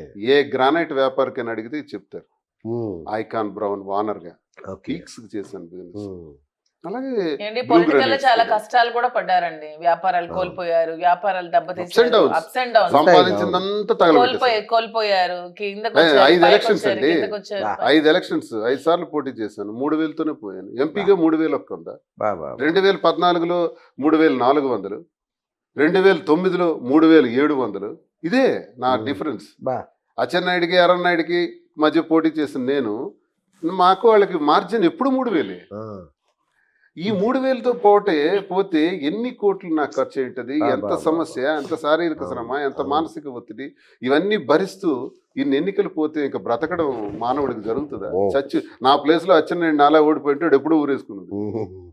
ఎందుకు అచ్చెన్నాయుడు గారికి మీకు ఎందుకు అంత వైరం? అంటే రాజకీయమేనా, ఏమన్నా పర్సనల్ వ్యక్తిగతంగా ఏంటి తీసుకున్నాడు. వ్యక్తిగతంగా వాళ్ళ ఫ్యామిలీ ముందు నుంచి కూడా శ్రీనివాస్ గారు ఆర్థికంగా బలోపేతంగా ఉంటే అతన్ని కొట్టలేమని చెప్పి ఎప్పుడు ఆర్థిక మూలాలు కొట్టడానికి వాళ్ళు ప్రయత్నిస్తూ వచ్చారు. ఎర్రన్నాయుడు ఫస్ట్ నేను ఏ వ్యాపారం అయితే చెప్పానో వరల్డ్ క్లాస్ మెటీరియల్ దాని మీద టార్గెట్ పెట్టాడు. ఎర్రన్నాయుడు ఎందుకు పనిచేశాడు? రాజకీయంగా ఆలోచించాలి కదా నా పట్ల. నేను చాలా చిన్నోండి కదా అతనికన్నా. నా వ్యాపారాల మీద దాడి చేసేది అంటే నన్ను ఆర్థిక బలహీన పరిస్తే నా స్పీడ్ ని బ్రేక్స్ వేయగలవని. సేమ్ అచ్చెన్నాయుడు చేశాడు. అప్పుడు నేను ఇది ఎలా తీసుకోవాలి? వ్యక్తిగతంగానే తీసుకోవాల్సి వస్తుంది. ఇదేమి రాజకీయ పరమైంది కాదు, వ్యక్తిగతమే మాకు అయిపోయింది, మా ఫ్యాక్షన్. ఓకే, ఆ స్థాయిలో. మరి ఇప్పుడు మీరు తన వల్ల రాజకీయంగా చాలా నష్టపోయారు, ఇన్ఛార్జ్ పోస్ట్ పోగొట్టుకున్నారు, బేస్ కోల్పోయారు, ఇవన్నీ ఇంత నష్టాలు జరిగింది. ఎట్లా ఎట్లా అంటే మాకు జరిగిన విషయం ప్రపంచం తెలియకపోవచ్చు, మా టెక్కల ప్రజలకు తెలుసు. తెలిసిన మొన్న ఎన్నికల్లో 73,000 ఓట్లు నాకు వచ్చాయి. అచ్చెన్నాయుడికి నా మీద 30,000 మెజారిటీ వచ్చింది. అచ్చెన్నాయుడు రాష్ట్ర పార్టీ అధ్యక్షుడిగా నా మెజారిటీ 70,000, రాష్ట్రంలో హైయెస్ట్ అన్నాడు. కానీ మా జిల్లాలోనే 50,000 దాటిన వాళ్ళే చాలా మంది ఉన్నారు. 3 రోజుల ముందు వచ్చి నామినేషన్ వేసిన వాళ్ళు, ప్రజలకు సంబంధం లేని వాళ్ళు. ఈ కూటమి ప్రభుత్వంలో, ఈ కూటమిలో ఎన్నికల్లో మొన్న వచ్చిన వేవ్ లో 45,000-50,000 దాటిన వాళ్ళు ఉన్నారు. ఎందుకు అచ్చెన్నాయుడికి మెజారిటీ రాలేదు? ఇంత సీనియర్ రాష్ట్ర పార్టీ అధ్యక్షుడు 30,000కి పరిమితం అయ్యాడు. That is the capacity of Duvvada strength. Public నాతో ఉన్నారనడానికి. ఈ రోజు కూడా అచ్చెన్నాయుడికి ఇంత వేవ్ లో కూడా 30,000కే ఆపారంటే, అతను కింద నిన్నగాక మొన్న వచ్చినోడు 70, 50, 60,000తో గెలిచాడంటే, బీజేపీ నుంచి నామినేషన్ వేసిన వాళ్ళు కూడా 45,000తో గెలిచారంటే, అచ్చెన్నాయుడికి ఆ మెజార్టీ రాలేదంటే ఓడిపోయినట్టే. నైతిక విజయం నాదే. ప్రజలు నాతో ఉన్నారు. ఇన్ని విషయాలు తెలిసినప్పుడు కూడా అంటే ప్రజలు మా పరిస్థితులను అంగీకరించారు. సార్, నేను ఉన్న పరిస్థితుల రీత్యా ఇన్ఛార్జిగా నాకు బాధ్యతలు నిర్వహించడం కష్టం అవుతుందని అధిష్టానంతో చర్చించి ఇంకో వ్యక్తికి ఆ బాధ్యతలు అప్పచెప్పాము తప్ప ఇన్ఛార్జీలతో నాకు పని లేదు. దువ్వాడ శ్రీనివాస్ అనేవాడు పదవులతో పనిచేయలేదు.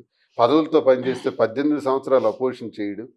ఇప్పుడు కూడా పదవులతో పనిచేయాలనుకుంటే అధికార పార్టీలు ఎటుంటాడు మరి పోతాం. ఇప్పుడు ఆ ఇన్ఛార్జ్ మిమ్మల్ని తొక్కేస్తున్నాడుగా. ఒకడు ఏంటి ఆ మనం ఇన్ఛార్జ్ తొక్కేది మమ్మల్ని తొక్కడం ఏంటి? వాడెంత వాడు బతికెంత? బతికెంత? మమ్మల్ని తొక్కడం ఏంటి? శ్రీనివాస్ గారు కాలి గోటికి పనికిరాడు. వాడి స్థాయి పర్సనల్ ప్రాబ్లమ్స్ ని ఏదో ఎత్తి చూపించి తన చీపు వకుల బుద్ధితో వెళ్ళి కొంతమంది నాయకులు కాలు పట్టుకొని వాళ్ళ ఇంట్లో గంటలు కడుక్కొని డబ్బులు ఇచ్చుకొని వెళ్ళి ఏవో కంప్లైంట్స్ చూడండి. పెట్టుకొని ఇన్ఛార్జ్ పదవులు తెచ్చుకోవడం కాదు. నా దమ్ముండి టికెట్ సార్ తెచ్చుకోమని నా బేస్ దమ్ముంటే తెచ్చుకోరా షెకావత్ అని మొన్న పోస్ట్ కూడా పెట్టారు పెట్టినట్టు. కదా. దమ్ముంటే- దమ్ముంటే తెచ్చుకోరే టికెట్ ఆ. తెచ్చుకుంటే వదిలేస్తే పాలిటిక్స్. అప్పుడు ఏయ్ దువ్వాడ అబ్బా. శ్రీనివాస్ ఫైర్ అయితే ఇప్పుడు ఏ. మాదిరి ఇంకొక ఫైర్. మా డబల్ ఫైర్ తట్టుకోవడం మీ వల్ల కాదు కదా, ఆ బ్రహ్మదేవుడి వల్ల కాదు. Double ఎలా barrel ఉంటాయి కాదు. రాజకీయాలు చేసి చూపిస్తాం. ఇలా కాదు. ఆఫ్టర్ ఇన్ఛార్జ్ ఎడంతాడు బ్రతికెళ్తాడు. ఏమండి ఒకటేనండి, వాటితో compare టెక్కలిలో చేయకూడదు. టెక్కలిలో శ్రీనివాస్ గారు క్వారీ ఆపేశారు. ఓకే. ఇంకా కొంతమంది క్వారీ అచ్చినాడు ఆపేశాడు. మా ఇన్ఛార్జి తిలక్ క్వారీ ఎందుకు ఆపలేదు చెప్పండి? Simple question. ఇన్ఛార్జి తిలక్ గారి క్వారీ ఎందుకు ఆపలేదు? ఎందుకు still he is running his quarry without any disturbances? Srinivas గారి మీద కేసులు వచ్చాయి. ఏ అక్రమాలు చేయకుండా, ఏ లంచాలు చేయకుండా నీతి నిజాయితీతో ఉన్నప్పుడు కేసులు పెట్టారు. తిలక్ అనే వ్యక్తి చాలా అక్రమాలు చేశాడు, చాలా చాలా లంచాలు తీసుకున్నాడు, చాలా చెరువులు కబ్జాలు చేశాడు. అందరికీ తెలుసు, టెక్కల్ ప్రజలందరికీ తెలుసు, చాలా మంది తెలుసు. ఈవెన్ ఎలక్షన్ ఫండ్ అప్పుడు కూడా ఎలక్షన్ ఫండ్ తీసేసుకొని సైట్లు కొనుక్కొని నువ్వు భూ కబ్జాలు అవి చేసావు.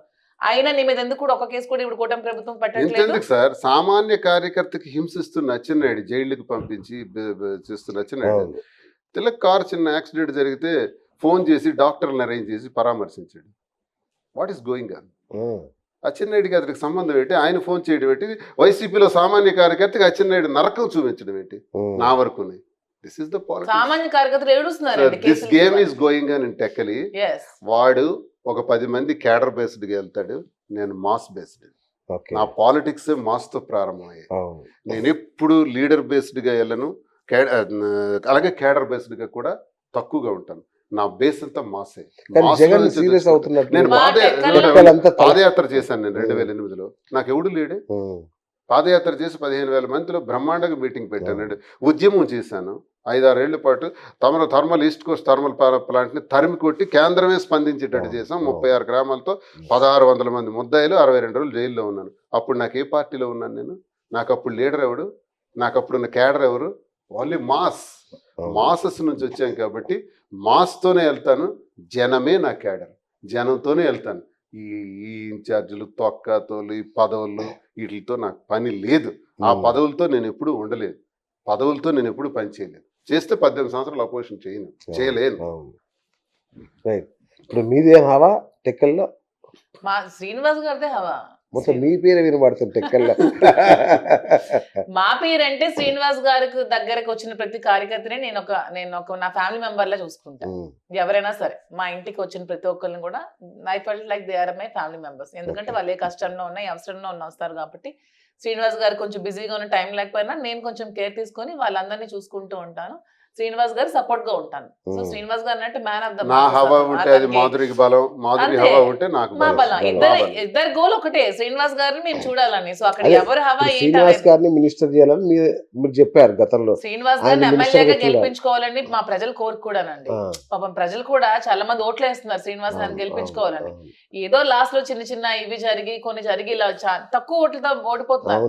ప్రజలు కూడా బాధపడుతున్నారు. ఎంతమంది తెలుసా 3,000 తేడా అన్నప్పుడు ఎంత బాధపడుతున్నారు. లాస్ట్ టైం కూడా శ్రీనివాస్ గారి గెలుపు పక్క అయిపోయిన టైంలో ఈ తిలక్ అనే వ్యక్తి కూడా ఎంపీగా టికెట్ ఇచ్చినా కూడా సపోర్ట్ చేయలేదండి. బ్యాక్ బిచ్చింగ్ చేశాడు. ఈ వాణి టీడీపీకి సపోర్ట్ చేసింది, రాఘవరావు టీడీపీకి సపోర్ట్ చేశారు. ఇంతమంది మధ్యలో ఇతను నలిగిపోయి ఇక్కడ వరకు వచ్చారంటే శ్రీనివాస్ గారు గ్రేట్ అని చెప్పుకోవాలి ఎవరైనా సరే. ఓకే, అంటే మధ్యలో సడన్ గా దారి మధ్యలో మొన్న గేమ్ చేంజర్ లో వాడికి వచ్చినట్టు మీకు ఒక ఐడియా వచ్చి ఇంత అభిమానం నాకే ఉంది, నేనే పోటీ చేస్తాం, నేనే చెప్తున్నాను కదా. నాకు ఆ కోరుకుంటే శ్రీనివాస్ గారు నాకు చేపిస్తారు. చెప్తున్నాను నిజం, సీరియస్. అతనే చెప్తున్నారు కదా మీడియా ముందు. నాకు కావాలంటే నాకు సపోర్ట్ చేస్తారండి, కానీ నాకు ఇప్పుడు ఆ కోరిక లేదు. అతను గెలిపించుకోవాలని కోరిక నాకు ఉంది. నాకు ఉన్నప్పుడు ఖచ్చితంగా అతను సపోర్ట్ చేస్తారు. నాకు ఇంకా ఆ రాజకీయ నేను ఎమ్మెల్యేగా మినిస్టర్ గా ఎదిగేంత నాకు అనుభవం లేదు. ఈ ప్రతి ఒక్కరు ఆలోచన కూడా నాకు నా ఏజ్ కి ఇప్పుడు ఇంకా లేదు. నేను ఇంకా జస్ట్ ఏబిసిడీలు నేర్చుకుంటున్నాను శ్రీనివాస్ గారి దగ్గర. ఇంకా అతని దగ్గర రాజకీయంగా చాలా నేర్చుకోవాలి. ఇంకా ప్రజలకు నేను చాలా దగ్గర దగ్గర అవ్వాలి. ఓకే. శ్రీనివాస్ గారిని ముందు మేము ఎమ్మెల్యేగా గెలిపించుకున్న తర్వాత అప్పుడు ఎందుకు ఉండదు, ప్రతి ఒక్కరికి ఆ ఆలోచన ఉంటుంది. నాకు ప్రజలతో సంబంధాలు ఇష్టం కాబట్టి నాకు ఉంటుంది, కానీ దానికి అర్హత ఉండాలి. Correct. ఆ అర్హత ఇంకా మాకు రాలేదు. లేదు, ఓకే, రైట్. సో ప్రస్తుతానికి శ్రీనివాస్ గారు సేఫ్. శ్రీనివాస్ గారు సేఫ్ కాదండి. శ్రీనివాస్ గారే మీరు చెప్పినట్టు మ్యాన్ ఆఫ్ ద మాసెస్, తాను మాస్ లీడర్. పీపుల్ లో అంటే మీ నాకు తిలక్ ఎందుకు- అనే వ్యక్తి ఉన్నాడు కదా, మీరు చెప్పారు ఇన్ఛార్జ్ ఆ, తొక్కేస్తున్నాడని. ఆ. కొంతమంది ప్రజలకు తిలక్ ఎవడో కూడా తెలియదు కొన్ని ఏరియాస్ లో. అవునా? మీరు వెళ్ళి అడిగితే కొన్ని ఉమ్. ఏరియాస్ లో, రిమోట్ ఉమ్. విలేజెస్ లో తిలక్ అనే వ్యక్తి ఎవడో తెలియదు. ఉమ్. కానీ దువ్వాడ శ్రీనివాస్ అంటే జిల్లా మొత్తం మీద అందరికీ తెలుసు. జిల్లాయే కదా, మీకు తెలంగాణలో మీ తిలక్ అనే వ్యక్తి మీకు తెలుసా? మీకు తెలుసా ఎవరికైనా దువ్వాడ శ్రీనివాస్ అంటే మీకు తెలుసా? అయ్యో, that is the ah. Talent of DS Duvvada Srinivas. Okay, తన ఆస్తులు సంపాదించకపోయినా ఈ పేరు మంచితనం సంపాదించుకున్నాడు దువ్వాడ శ్రీనివాస్. Right, right. 2 రాష్ట్రాలనే కాదు, ఎన్నో కంట్రీస్. మొన్న ఎవరో యుఎస్ నుంచి ఒక ఆవిడ మమ్మల్ని కలవడానికి వచ్చింది, శ్రీనివాస్ గారు అభిమాని. అవునా? మొన్న మేము జీవికే మాల్ కలగానే ఇంకెవరో యుఎస్ నుంచి ఒక పర్సన్ వెనక నుంచి పరిగెట్టుకుంటూ వచ్చాడు, దువ్వాడ శ్రీని చూడాలి, తనతో ఫోటో తీసుకోవాలి ఆలోచనతో. అంత మంది మరి అభిమానుల్ని మాధురి గారి మనసు గెలుచుకున్న ఆ మగధీరుడు ఎవడనేది అందరికీ ఉంటుంది. అందరికీ సో దట్ ఈస్ డిఎస్. ఆ, తన ఎవరలాగా ఇవన్నీ కొట్టలేరు. మా జగన్మోహన్ రెడ్డి చాలా మంచి వ్యక్తి, భగవంతుడు. తనకి ఇక్కడ జరుగుతున్న కొన్ని ఇవి తెలియట్లేదు అంతే, అతని వరకు చేర్చట్లేదు. కొన్ని మా జిల్లా నాయకులు ఒక కోటరీగా చేరి ఇవన్నీ తెలియని ఇవ్వట్లేదు పాపం Okay. అతనికి. మా జగన్మోహన్ రెడ్డి దైవ సమానులు, అతను అంటే మాకు భగవంతుడు సమానం. నాకు వెంకటేశ్వర స్వామి దగ్గరికి వెళ్తే ఎలా గూస్ బంప్స్ వస్తాయో, వావ్. జగన్మోహన్ రెడ్డి దగ్గరికి వెళ్తే నాకు అలాగే వస్తాయి. అంత మంచి వ్యక్తి అతను. మరి కలిసారా మీరు? నేను కలిసాను. చెప్పారా? ఇవన్నీ ఇంకా మేము చెప్పలేదు. ఆ. సిచ్యువేషన్స్ ఇవన్నీ ఫాల్స్ ఎలిగేషన్స్ ఫ్యాబ్రికేట్ చేసి అధిష్టానం ముందు పెడుతున్నారు. టైమే తెలియజేస్తుంది అంతే. అంటే మా పనిలో డ్యామేజ్ మేము ఉంటుంటాం. జరిగిపోయింది కదా, చాలా డ్యామేజ్ అయింది కదా, మీరు ఇన్ఛార్జ్ అందుకే మా పనిలో మేము ఉంటున్నాం. ఒకటి వ్యాపారం, ఒకటి డ్యామేజ్ వ్యాపారం. జరిగినా అట్ లాస్ట్ తెలుసుకుంటారండి. Last time Okay. తీస్తారు, శ్రీనివాస్ గారు టికెట్ తొలగించారు, వారికి టికెట్ ఇచ్చారు. అవును. అప్పుడు కూడా తిలకేమో నాదే టికెట్ అని లాస్ట్ మినిట్ వరకు ఎలక్షన్ లో చెప్పారు. టికెట్ ఎవరికి వచ్చింది? God will give the correct judgment. Everybody B form knows the ఎప్పుడు ట్రూత్ ఫైనల్లీ. బీఫామ్ ఎప్పుడు మా వద్దకు వచ్చింది తప్ప బీఫామ్ కోసం మేము ఎప్పుడు వెళ్ళలేదు. అది ఎందుకు వస్తుంది అంటే, నేను ఎప్పుడు టికెట్లు కూడా ఏ పార్టీలో అడగలేదు. ఎప్పుడు నేను కాంగ్రెస్ లో కానీ, రాజశేఖర రెడ్డి గారు ఆనాడు 2004లో కూడా టీఆర్పీలో కూడా వెళ్ళినట్టున్నారు కదా. టీఆర్పీలో కూడా చిరంజీవి గారు ఇచ్చారు, ఆ. కానీ నేను అడగల. నామినేషన్ చిరంజీవి గారు డైరెక్ట్ టెక్కలు వచ్చి నామినేషన్ నా కోసం చిరంజీవి గారు వచ్చారు, That is the- వచ్చి దగ్గరుండి నామినేషన్ వేయించారు. సో నేను ఇప్పుడు అడగలే. సార్ వచ్చారు, అన్నయ్య వచ్చాడంటే నేను పిలవలే, ఆయన వచ్చాడు. అది మా అదృష్టం అంతే. మొన్న వచ్చి- టికెట్ అడగలేదు, ఎమ్మెల్సీ అడగలేదు, అంతకు ముందు కూడా అడగలేదు. ఎప్పుడు కూడా దువ్వాడ శ్రీనివాస్ ఎవరి దగ్గరికి వెళ్ళి దేహి అని ఏది కూడా మా అడగదు. బలం నాకంటూ ఒక శక్తి ఉంటే ఎవరైనా Okay, ఇస్తారండి. అంతే. ఎవరైనా జగన్ అన్న ఒక మాకు అవును, రాజశేఖర జగన్ రెడ్డి గారి గారితో కుటుంబం అడుగులేసి కానీ వైఎస్ కుటుంబం మీకు ఏంటి అంత అనుబంధం? అంటే అప్పుడు బాగా యంగ్ కదా కుర్రాడిని, ఆ స్పీడ్ ఆ ఇవి చూసి ఆయన నచ్చేవాడు, ప్రోత్సహించేవాడు. ఆయన పాదయాత్రలో 2003లో గ్రాండ్ గా జిల్లాలో పనిచేశాను. అచ్చా. ఎర్రన్నాయుడికి ఎగ్నెస్ట్ గా కార్యక్రమాల కాన్స్టిట్యూన్సీలో చాలా గ్రాండ్ గా చేశాను. ఇంకా పాదయాత్ర పూర్తి అవ్వకముందే శ్రీనివాస్ నువ్వు పొడి చేయని చెప్పేసినాడు సార్. అవునా? Very చెప్పిస్తే వెంటనే రాఘవరావు వాణి వెళ్ళి ఆ టికెట్ మాకు కావాలి, లేదంటే ఇండిపెండెంట్ గా వేస్తాం అన్నారు. అయ్. అప్పుడు రాజశేఖర రెడ్డి గారు నాకు బ్లాంక్ బీ ఫామ్ ఇచ్చేసారు. good. సీను ఇది నీకు శ్రీనివాస్ నీకు ఇస్తున్నా, నువ్వు ఎవరి పేరు రాసుకుంటావు నీ ఇష్టం, నీకే ప్రశ్నిస్తాను అన్నాడు.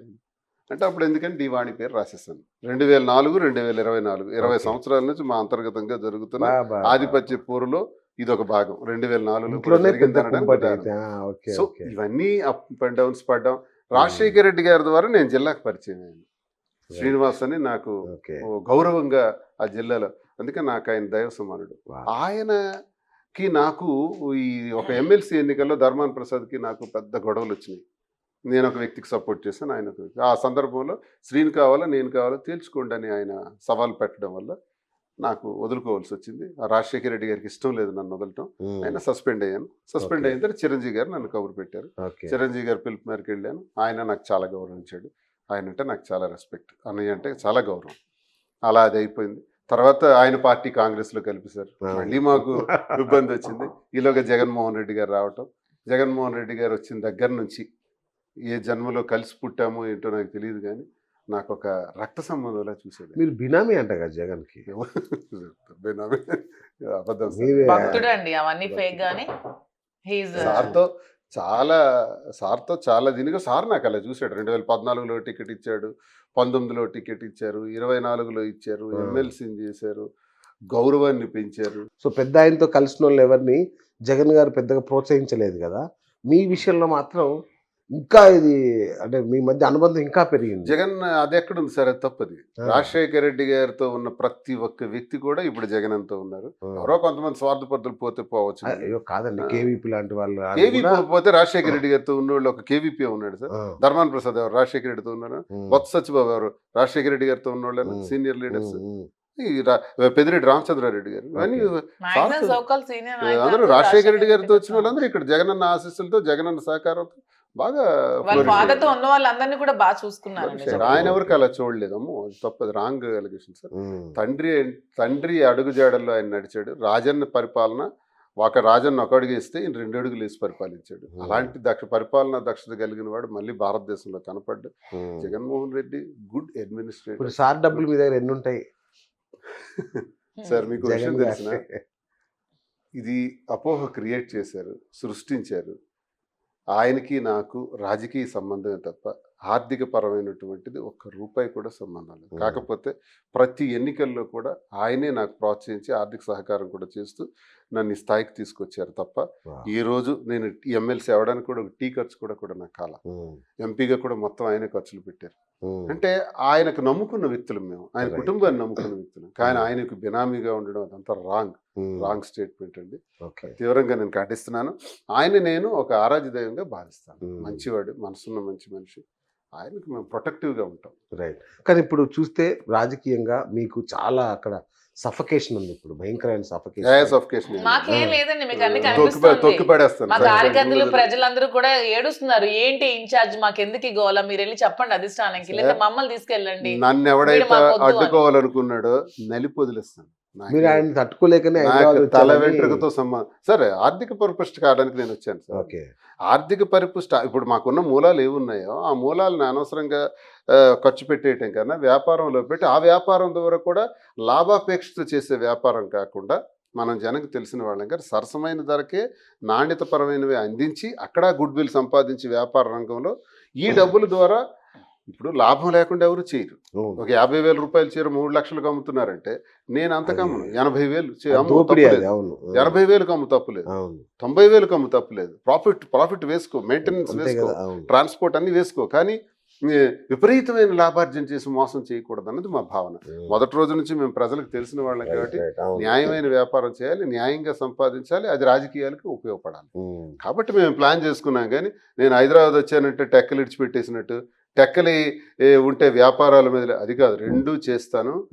ఆడ ఉంటాను, ఈడ ఉంటాను. టెక్కల్లో ఎవడైతే నన్ను ఎదుర్కోవాలనుకున్నాడో తొక్కి నారతేస్తాను. అంత సామాన్యంగా ఉండదు నా పాలిటిక్స్. అది మాస్ బేస్డ్గా ఉన్నాను. నాకు స్వపక్షంలో ఉండేవాడు ఏదో ఇబ్బంది పెట్టేస్తాడంటే భయపడే వ్యక్తి కాడు దువ్వాడ శ్రీనివాస్, అదిరే వ్యక్తి కాడు. అలాగే విపక్షంలో అధికార పార్టీలో ఉండేవాడిని అన్ని తొక్కేస్తాడంటే అదిరే బెదిరే వ్యక్తి దువ్వాడ శ్రీనివాస్ కాడు. ఒక సెల్ఫ్ మెకానిజంతో పికప్ అయిన వాడిని. ఒక సెల్ఫ్, నాలో నానే గురువు, నాకు నేనే శిష్యుడు, నాకు నేనే మార్గదర్శకుడు, అన్ని తయారు చేసుకుని నేను ఎదిగిన వాడిని. ఇప్పుడు ఫుల్ ఎక్స్పీరియన్స్తో ఉన్నాను. Fully loaded gun. ఈ లోడెడ్ గన్ కి డబుల్ బ్యారల్ యాడ్ అయింది కాబట్టి గట్టిగా వెళ్తాం. అంటే పార్టీ మారే ఆలోచన ఉందా? లేదు. ఎందుకంటే ఇంత జగన్ గారు కూడా మిమ్మల్ని పట్టించుకోవట్లేదు. ఎవరు చెప్పారు? జగన్మోహన్ రెడ్డికి సస్పెండ్ చేయమని అందరూ చెప్పారు. మా జిల్లాలో దువ్వాడ శ్రీనివాసన్ సస్పెండ్ చేయండి అన్నారు. ఏం చేయించలేకపోయారు? ఆయన చేయలేదు కదా. ఎవరో పెద్ద ఇంటర్నేషనల్స్ వీళ్ళందరూ శ్రీరామచంద్రుడు లాగా, పెద్ద పతివ్రతల్లాగా, ఏదో దువ్వాడ శ్రీనివాసే తప్పు చేసినట్టు, ఈ సీనియర్ నాయకులు ఎప్పుడు ఆడవాళ్ళనే చూడనట్టు పెద్ద పతితుల్లాగా వెళ్ళి శ్రీనివాస్ గారికి శ్రీనివాస్ వాళ్ళ చెడ్డ పేరు వచ్చేసింది. వీళ్ళందరూ శ్రీరామచంద్రుడు. నేను అచ్చెన్నాయుడికి వ్యతిరేకిస్తే ఇష్టపడని నాయకులు వాళ్ళ బాధ కోసం వాళ్ళు చెప్పారు. జగన్మోహన్ రెడ్డి గారు జగన్మోహన్ రెడ్డి గారు వాళ్ళు చెప్పినా నాకు ఆ గౌరవమే ఉంచారు. ఇన్ఛార్జ్ అనేది మేము ఆలోచించే తప్పుకున్నాను నేను. ఎందుకంటే నేను ఇప్పుడు ఉన్న పరిస్థితుల్లో చేయలేకపోతున్నాను అని తప్పు. ఇంక ఎన్నికలు చాలా రోజులు ఉన్నాయి. ఇంకోటి ఏంటంటే స్టేట్ లో వాయిస్ ఉన్న లీడర్ దువ్వాడ శ్రీనివాస్ గారు అండి. అతనిలాగా మాట్లాడే గానీ జగన్మోహన్ రెడ్డి సపోర్ట్ చేసేది కానీ ఎవరు ఉండరు. శ్రీనివాస్ గారు వన్స్ షైన్ అయితే మిగతా జిల్లా నాయకులందరూ కిందకి వెళ్ళిపోతారని. ఎప్పుడు కూడా జిల్లా నాయకులందరూ శ్రీనివాస్ గారిని ఎప్పుడు తొక్కాలనే చూస్తారు. శ్రీనివాస్ గారు ఎదుగుదని ఎవరు కూడా తట్టుకోలేరు. ఎందుకంటే శ్రీనివాస్ గారిని ఎవరు బీట్అవుట్ చేయలేరు. ఇతను ఏ జిల్లా నాయకుల దగ్గర సలాం అని చెప్పడం, వాళ్ళ కాలు కింద కూర్చొని మరి ఏమి చేయరు. అతను మీకు ఎవరు తిట్టట్లేదంటే మీరు ఎదగట్లేదు అంతే. మీకు అందరూ తిడుతున్నారంటే అందరూ శత్రువులు అయిపోయారంటే మీరు బాగా ఎదిగిపోతున్నారు ఎదుగుతున్నాయని అర్థం. అవును. Same. You are not good if you don't have enemies అని ఒక ఇదే ఉంది. మీకు అంతే శత్రువులు కదా. లేకపోతే మీరు మంచోళ్ళే కాదు. అంతే కదా, ఈ సబ్జెక్ట్ లేనట్టు లెక్క. అంతే, మనం తెలిసేట్లు మనకు లేవని అర్థం. అవును, అవును. సూపర్. సో మొత్తానికి తెలంగాణకు వచ్చేసినట్టేనా మీరు? తెలంగాణలో కూడా అడుగు పెట్టాం. ఇక్కడ చేసినట్టే వ్యాపార రంగం, కాదు, అక్కడ వస్తూ రాజకీయ వెళ్తూ వస్తూ ఇక్కడ వ్యాపార రంగం, అక్కడ రాజకీయ రాజకీయ. రెండు కళ్ళు. రెండు రాష్ట్రాల ప్రజలకి బద్దులమై ఉంటాం. వాళ్ళ ఆశయాలకి, వాళ్ళ అభిప్రాయాలకి, వాళ్ళ మన్ననలు పొందే విధంగా ఉంటాం. వ్యాపారంలో కూడా మా గుడ్ విల్ పెంపొందించుకుంటూ కస్టమర్స్ తాలూకా మా మనసుల్ని దోచుకునే విధంగా వాళ్ళకి సరసమైనటువంటి ధరలకే ఇచ్చి వాళ్ళ అభిమానాలు, ఆప్యాయతలు పొందుతాం. తెలంగాణ అనేది బ్రతకడానికి వచ్చే వాళ్ళకి చాలా వాళ్ళకి లైఫ్ ఇస్తుంది. తెలంగాణ, ఘన హైదరాబాద్ స్వాగతం బాగా పలుకుతుంది. నమ్ముతాను, ఘన స్వాగతం పలుకుతుంది. అవును. నిజంగా రెడ్ కార్పెట్ స్వాగతిస్తుంది బతకడానికి వచ్చే వాళ్ళు. మన చాలా మందికి మాకు కూడా వెన్ కంపేర్ టు ఆంధ్ర, నాకు హైదరాబాద్ పీపుల్ అంటే చాలా ఇష్టం. మంచి మనసు ఉన్న వాళ్ళు, ఎంత ఆదరిస్తారు, ఎంత ప్రేమ చూపిస్తారు అంటే వాళ్ళ ప్రేమకు అసలు నేను ముగ్ధురాలను అయిపోయాను అనుకోండి. అసలు నిజంగా ఫిదా, అంత మంచి మనసు ఉన్న వాళ్ళు. సో అందుకనే మేము వ్యాపార పరంగా ముందు హైదరాబాద్ లో స్టార్ట్ చేద్దామని అనుకున్నాం. సూపర్. ఇప్పుడు ప్రభుత్వ పరంగా మొన్న కూడా కేసు పెట్టినట్టున్నారు కదా పవన్ కళ్యాణ్ ని, గతంలో మీరు చెప్పు చూపించారనే అలిగేషన్ మీద. పవన్ కళ్యాణ్ నాకు పోలీస్ స్టేషన్ కి రప్పించారు, ఒక ఎఫ్ఐఆర్ వేశారు. అలాగే ఒంగోలులో కూడా వేశారంట, ఇంకా చిత్తూరులో కూడా వేశారు. ఏదో ప్లాన్ ఉంది రాష్ట్రం అంతా తిప్పడానికి, నన్ను ఇబ్బంది పెట్టడానికి. చేయని ప్రాబ్లం లేదు. నేను అడిగింది ఏంటంటే, నాకు ఎందుకు పోలీస్ స్టేషన్కి నన్ను రప్పించారు అంటే, మీరు పవన్ కళ్యాణ్కి చెప్పు చూపించారు. ఎస్, చూపించాను. నేనే చూపించానా? మరి పవన్ కళ్యాణ్ మంత్రులపైన చెప్పు చూపించలేదా? నువ్వెంత, నీ బ్రతికెంత అని సాక్షాత్ ముఖ్యమంత్రి జగన్మోహన్ రెడ్డి గారిని సంబోధించలేదా? మరి వైసీపీ నాకు కొడకల్లారా అని మా పార్టీ కార్యకర్తలకి మాట్లాడలేదా? చెయ్యికంత నన్ను దూరం వస్తే కొట్టిపడేస్తాను అని అనలేదా? ఇవన్నీ మీకు సూక్తి ముక్త వాళ్ళ అనిపిస్తుందా? వాటి మీద కేసు కట్టండి. కానీ మాధురి గారు, మీరు పవన్ కళ్యాణ్ ఏమండి పవన్ తిట్టడం వల్లనే ఇదంతా జరుగుతుంది. నేను ఇప్పటికీ తిడతానండి. ఇప్పుడు శ్రీనివాస్ గారు ఎప్పుడో 2 సంవత్సరాల క్రితం పవన్ కళ్యాణ్ కి ఏదో చెప్పు చూపించి మాట అన్నారు. అది కూడా ఎందుకు, మా అధినేత జగన్మోహన్ రెడ్డి గారిని పవన్ కళ్యాణ్ గారు తిడితే కామెంట్ చేశారని తిట్టారు, కేసు ఫైల్ చేశారు. మరి ఇప్పుడు ఆడపిల్లని నా మీద నీచాత ట్రోల్స్ చేస్తున్నారే, ఈ జనసేన టీం వాళ్ళు కొంతమంది వీడియోస్ పెడుతున్నారు, నన్ను చంపేస్తానని బెదిరించారు. మరి అవి నేను తీసుకెళ్లి పోలీస్ స్టేషన్ లో కంప్లైంట్ పెడితే ఎందుకు ఎఫ్ఐఆర్ ఫైల్ చేయలేదు? మరి మన హోంమంత్రి అనిత గారు ఆడపిల్లల మీద ఎటువంటి సోషల్ మీడియాలో వచ్చినా మేము వెంటనే స్పందిస్తామంటే, అంటే మీ ఆడపిల్లలకేనా, మేము ఆడపిల్లలం కాదా? నువ్వు ఇదే ప్రాబ్లమ్స్ ఫేస్ చేసి వచ్చానని చెప్పావే ఒక మహిళగా. మరి మీ ప్రాబ్లమ్స్ ఫేస్ చేస్తుంటే మేము కంప్లైంట్ పెట్టుకుంటే మా మీద ఎందుకు మీరు ఎఫ్ఐఆర్ ఫైల్ తీసుకోవట్లేదు? తిరుపతిలో ఏది లేకుండా నా మీద ఎందుకు కేసు ఫైల్ చేశారు? ఒక ఎవిడెన్స్ ఉందా నేను రీల్ చేశానని? నన్ను ఎందుకు నా మీద నాకు 5 గంటలు తీసుకెళ్లి స్టేషన్ లో కూర్చోబెట్టారు ఈ కూటమి ప్రభుత్వం ఫోర్స్ తో చేసిన కేసులో. ఈ వీడియో ఎవరిదండి ఇది? అది ఎవరిదో అండి, మీరు చూస్తే తెలుస్తుంది ఎవరిదో. మీరు నన్ను అమ్మాయిని పక్కన పెట్టి చూడండి అమ్మాయి నన్ను. అవునా? చూస్తే మీలాగే ఉందండి. నాకు మాలాగైతే ఎవడైనా నేను ఒక మాట చెప్తున్నాను, సరేనండి. ఈ అమ్మాయి మాధురి అని ప్రూవ్ చేసే వ్యక్తికి ₹1,00,00,000 బహుమానం ఇస్తాను. ₹1,00,00,000 నేను 100 కోట్లు ఇస్తానండి. మొత్తం ఆ అమ్మాయి నేనని ప్రూవ్ చేస్తే నేను 100 కోట్లు. దమ్ముంటే నెల రోజులు టైం ఇస్తాను. కావాల్స్తే మరో నెల తీసుకోండి.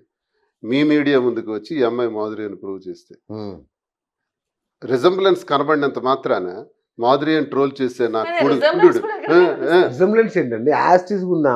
సరే అందుకు అనుకుందాం, వదులుదాం. ఇలా ట్రోల్ చేసే నా కొడుకులకి దమ్ముంటే మీరు ఈ అవకాశం పొందండి. Super. 1 crore on the spot. మీ తరఫున 1, ఆమె తరఫున 1. ఆమె ఇంకా గడిగింది. ప్రోగ్రామ్ ఎక్కడ కనుక్కోండి, ఎక్కడో తీసుకోండి. నాకేం కర్మ ఉంది రికార్డింగ్ క్యాన్సిల్ చేసుకోవాలి. ఒకవేళ ఇంకోటి కూడా చెప్తున్నాను, వాళ్ళు ప్రూవ్ చేయలేరు అంటే ఈ అమ్మాయి ఎవరో మేము ప్రూవ్ చేస్తాం. మాకు తెలుసు. బయటకు కూడా ఇప్పుడు రానివ్వట్లేదు మేము పిలిచిన. ఆ అమ్మాయి రికార్డింగ్ ఛాన్స్ ఏదో ఆమె ప్రొఫెషనల్ గా బ్రతుకుతుంది. ఆ అమ్మాయి ఎవరో మాకు తెలుసు. ఆ అమ్మాయి పేరు పెట్టి పక్క నిమిషం అమ్మాయి పేరు పెట్టి మా మీద ట్రోల్ చేయాలని చూశారు ఈ జనసేన నా కొడుకులు, జన సైనికులు అంటే పిచ్చ నా కొడుకులు. వాళ్ళను ఈ టీడీపీ బ్యాచ్ చేశారు. చేసుకొని సంతృప్తి పడి మీకు సవాల్ ఇస్తున్నాను, ఇదిగో మాధురి అమ్మాయిని మీరు ప్రూవ్ చేయండి, ₹1,00,00,000 తీసుకెళ్ళండి. ఒకవేళ మీరు ప్రూవ్ చేయలేనంటే చెప్పండి, నేనే తెచ్చి పెడతా అమ్మాయిని. ఏంటి ఇప్పుడు నేను రికార్డింగ్ డాన్స్ చేసుకునేంత కర్మ నాకు లేదు. అలాగే రికార్డింగ్ డాన్స్ తప్పని నేను అన్నండి.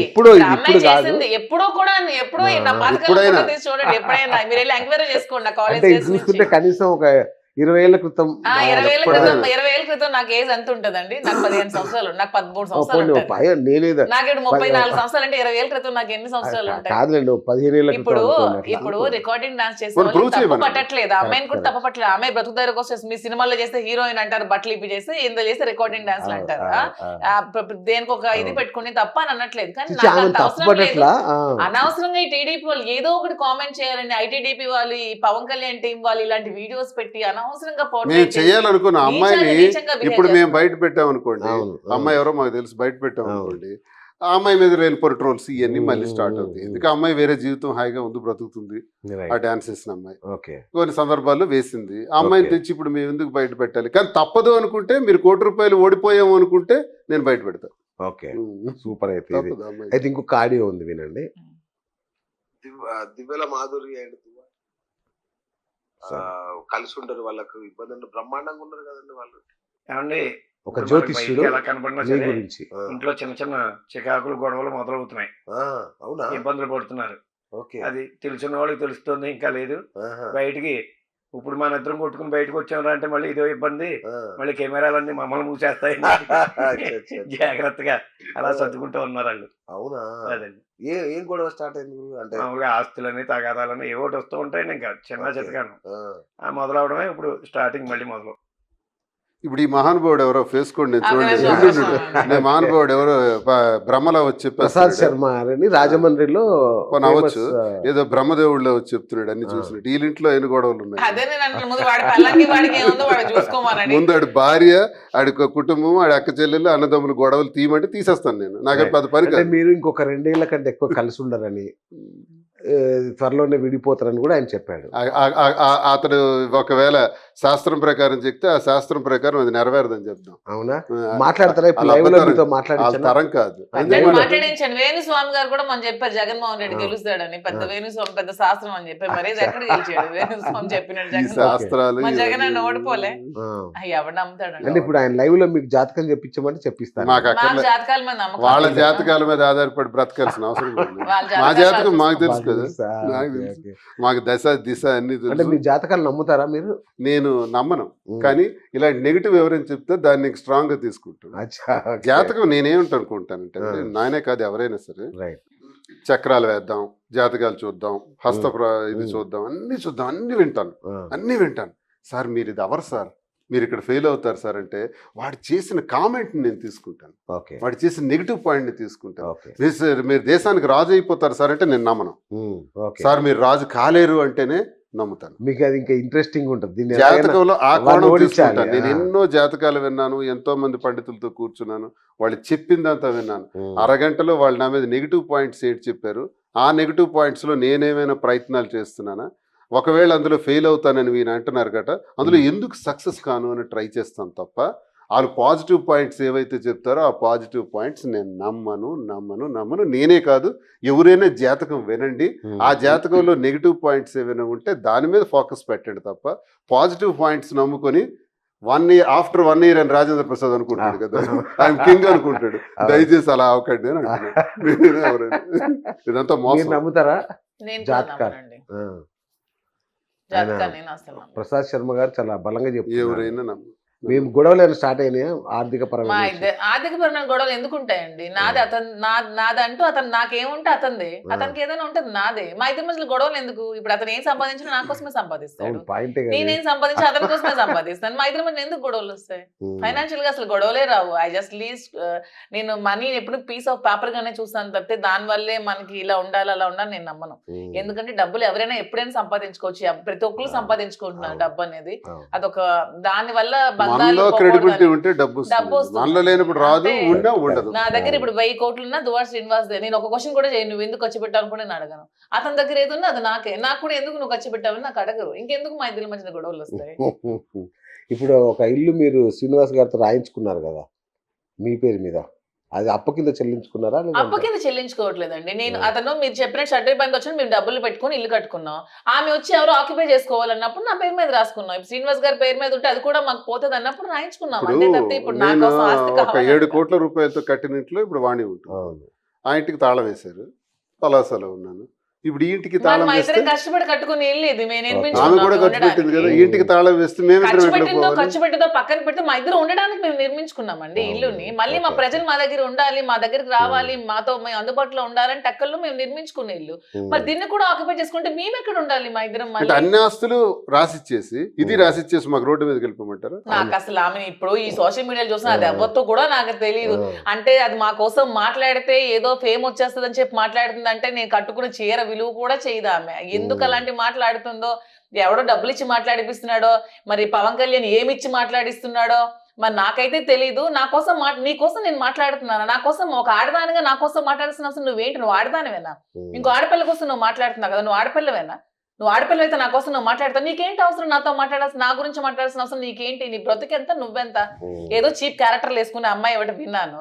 నీ బతుకెంత నువ్వెంత నా కోసం మాట్లాడాల్సిన అవసరం నీకేముంది? నా కోసం ఏం తెలుసా నువ్వు మాట్లాడుతున్నావు? నాతో కలిసి పుట్టావా? నాతో కలిసి ట్రావెల్ చేసావా? నా ఊరా నా వాడా అనేది? ఏమని నువ్వు నా కోసం మాట్లాడుతున్నావు? నీకున్న అర్హత ఏంటి? నీకేమిచ్చి మాట్లాడిపిస్తున్నాడు మీ పవన్ కళ్యాణ్? పవన్ కళ్యాణ్ అంటావా అనేది ఆమె పాయింట్. అదే పవన్ కళ్యాణ్ కంటే నీకేంటి? నువ్వు పవన్ కళ్యాణ్ పెళ్ళావా? పవన్ కళ్యాణ్ ఊపిడి గట్టివా? నువ్వెందుకు మాట్లాడుతున్నావు పవన్ కళ్యాణ్ కోసం? నేనంటే నీకేంటి బాధ? ఇప్పుడు నీకేంటి పెయిన్ అండి? నీ కోసం మాట్లాడితే నువ్వు నాతో మాట్లాడు. వాళ్ళ అభిమాని కార్యకర్త అయితే మీ పవన్ కళ్యాణ్ నీకు చెప్పాడా మాట్లాడమని? జగన్ మా అభిమాని. జగన్ గడు విమర్శిస్తూ మేము విమర్శించము. జగన్ కు నువ్వు విమర్శించు, నోరు మూసుకోమనంటే మేము విమర్శించు. జగన్ పోలీస్ అయితే ఎవరో మొన్న నాకు చూసిన ఎవరో వీడియోస్ పెట్టారు, ఈమె ఎవరో నీ కోసం మాట్లాడుతున్నారు. నాకు ఎవరో కూడా తెలియదు అసలు ఆమె. అసలు నేను ఎప్పుడు ఆమెను ఎక్కడ కూడా చూడలేదు. ఇదేదో వీడియోస్ పెడుతూ మాట్లాడడం చూసి ఏమేమో మాట్లాడేస్తున్నారండి. మీ ఇంటర్వ్యూలో ఒకసారి చూసాను, ఎవరో ఒక ఆమె ఏదోదో మాట్లాడేస్తుంటది వచ్చి. ఆ కృష్ణకుమారి గారు ఏదోదో మాట్లాడేస్తుంటారు. ఇంకొక ఆవిడ మీతో ఒక ఇంటర్వ్యూ చేశారు, ఆవిడ ఏదోదో మాట్లాడేస్తారు. సరదాగా ఉంటే ఆమె రహస్యాలు కూడా వెతికేసి బయట పెట్టేమంటే పెట్టేస్తాం. అంతే పెద్ద విచిత్రం కాదు. నోరు మూసుకొని నువ్వు ఎక్కడ ఉండాలి అక్కడ మేము మీ జోలికి రాము. అనవసరంగా మాట్లాడితే మాత్రం మీ మచ్చలు కూడా తీసేయాల్సి వస్తుంది. సభ్య సమాజానికి ఏం సందేశం ఇస్తున్నారు అంటది. సభ్య సమాజానికి మా ఇద్దరం పెళ్లి చేసుకున్నామండి, మా ఇద్దరం ఒకరికొకరు కలిసి ఉన్నామండి, మా ఇద్దరం భార్యాభర్తలతో విడిపోయాం, గొడవలలో కలిసి ఉన్నాం. ఇది మా బతుకు. మేమేం మీలాగా 100 మందితో ఉండట్లేదు కదా. మా ఇద్దరం జెన్యున్ గా ఒకరికొకరు కలిసి ఉన్నాం. మీకేంటి పెయిన్ మధ్యలో? మీకేంటి ప్రాబ్లం? సభ్యసానికి ఏం సమాధానం ఇవ్వాలి? ఇంకెంత మేము ఇచ్చిన సందేశం మంచిగానే ఇచ్చాం. మేమిద్దరం గొడవలు పడి వచ్చాము. ఇంక ఇలాగ రిపీట్ అవ్వకుండా ఒకరికొకరు కలిసి మాకున్న ప్యాషన్ ని, మాకున్న మా ముందున్న ఏమంటారు మా గమ్యాన్ని చేరుకోవడానికి మా ఇద్దరం కలిసి స్ట్రాంగ్ గా ఉన్నాం. మంచిగా ఇదే ఇస్తున్నాం, మేము మంచి సందేశం ఇస్తున్నాం. తప్పేమి ఇచ్చాం. ఒకసారి యాక్సిడెంట్ అయింది కదా, మీరు యాక్సిడెంట్ ని ఆత్మహత్య యత్నంగా చిత్రీకరించుకున్నారని. డిప్రెషన్ ఉన్నప్పుడు కార్ డ్రైవ్ చేశాను, యాక్సిడెంట్ అయింది. ఆ వాయిస్ ని ఫేక్ గా అది మాడ్యులేట్ చేశారు, ఫేక్ వాయిస్. దాని మీద అందుకే అది అప్పుడే పోయింది. ఆ వాయిస్ ఎవరు పెట్టారో ఏం పెట్టారో మాకు తెలీదు. దాన్ని చిత్రీకరించాల్సిన అవసరం కూడా లేదు. ఆ వాయిస్ నిజమైతే ఆ వాయిస్ కి ఈక్వలెంట్ గా కంప్లైంట్స్ కూడా ఉండాలి కదా. లేవే, మేము ఎక్కడ పలానా వాళ్ళు మాకు చంపించారని మేము అక్కడ కంప్లైంట్ ఇవ్వలేదు. వాయిస్ ఎలా నిజం అవుతుంది? దీన్ని ఆత్మహత్య లాగా చిత్రీకరించు అన్నట్టుగా మీరు మరి దాని మీద కంప్లైంట్ కూడా ఇవ్వాలి కదా. చిత్రీకరిస్తే అయిపోదు. ఇప్పుడు మేము వాయిస్ ప్రకారం ఒకరి కంప్లైంట్ రిజిస్టర్ అయి ఉండాలి కదా.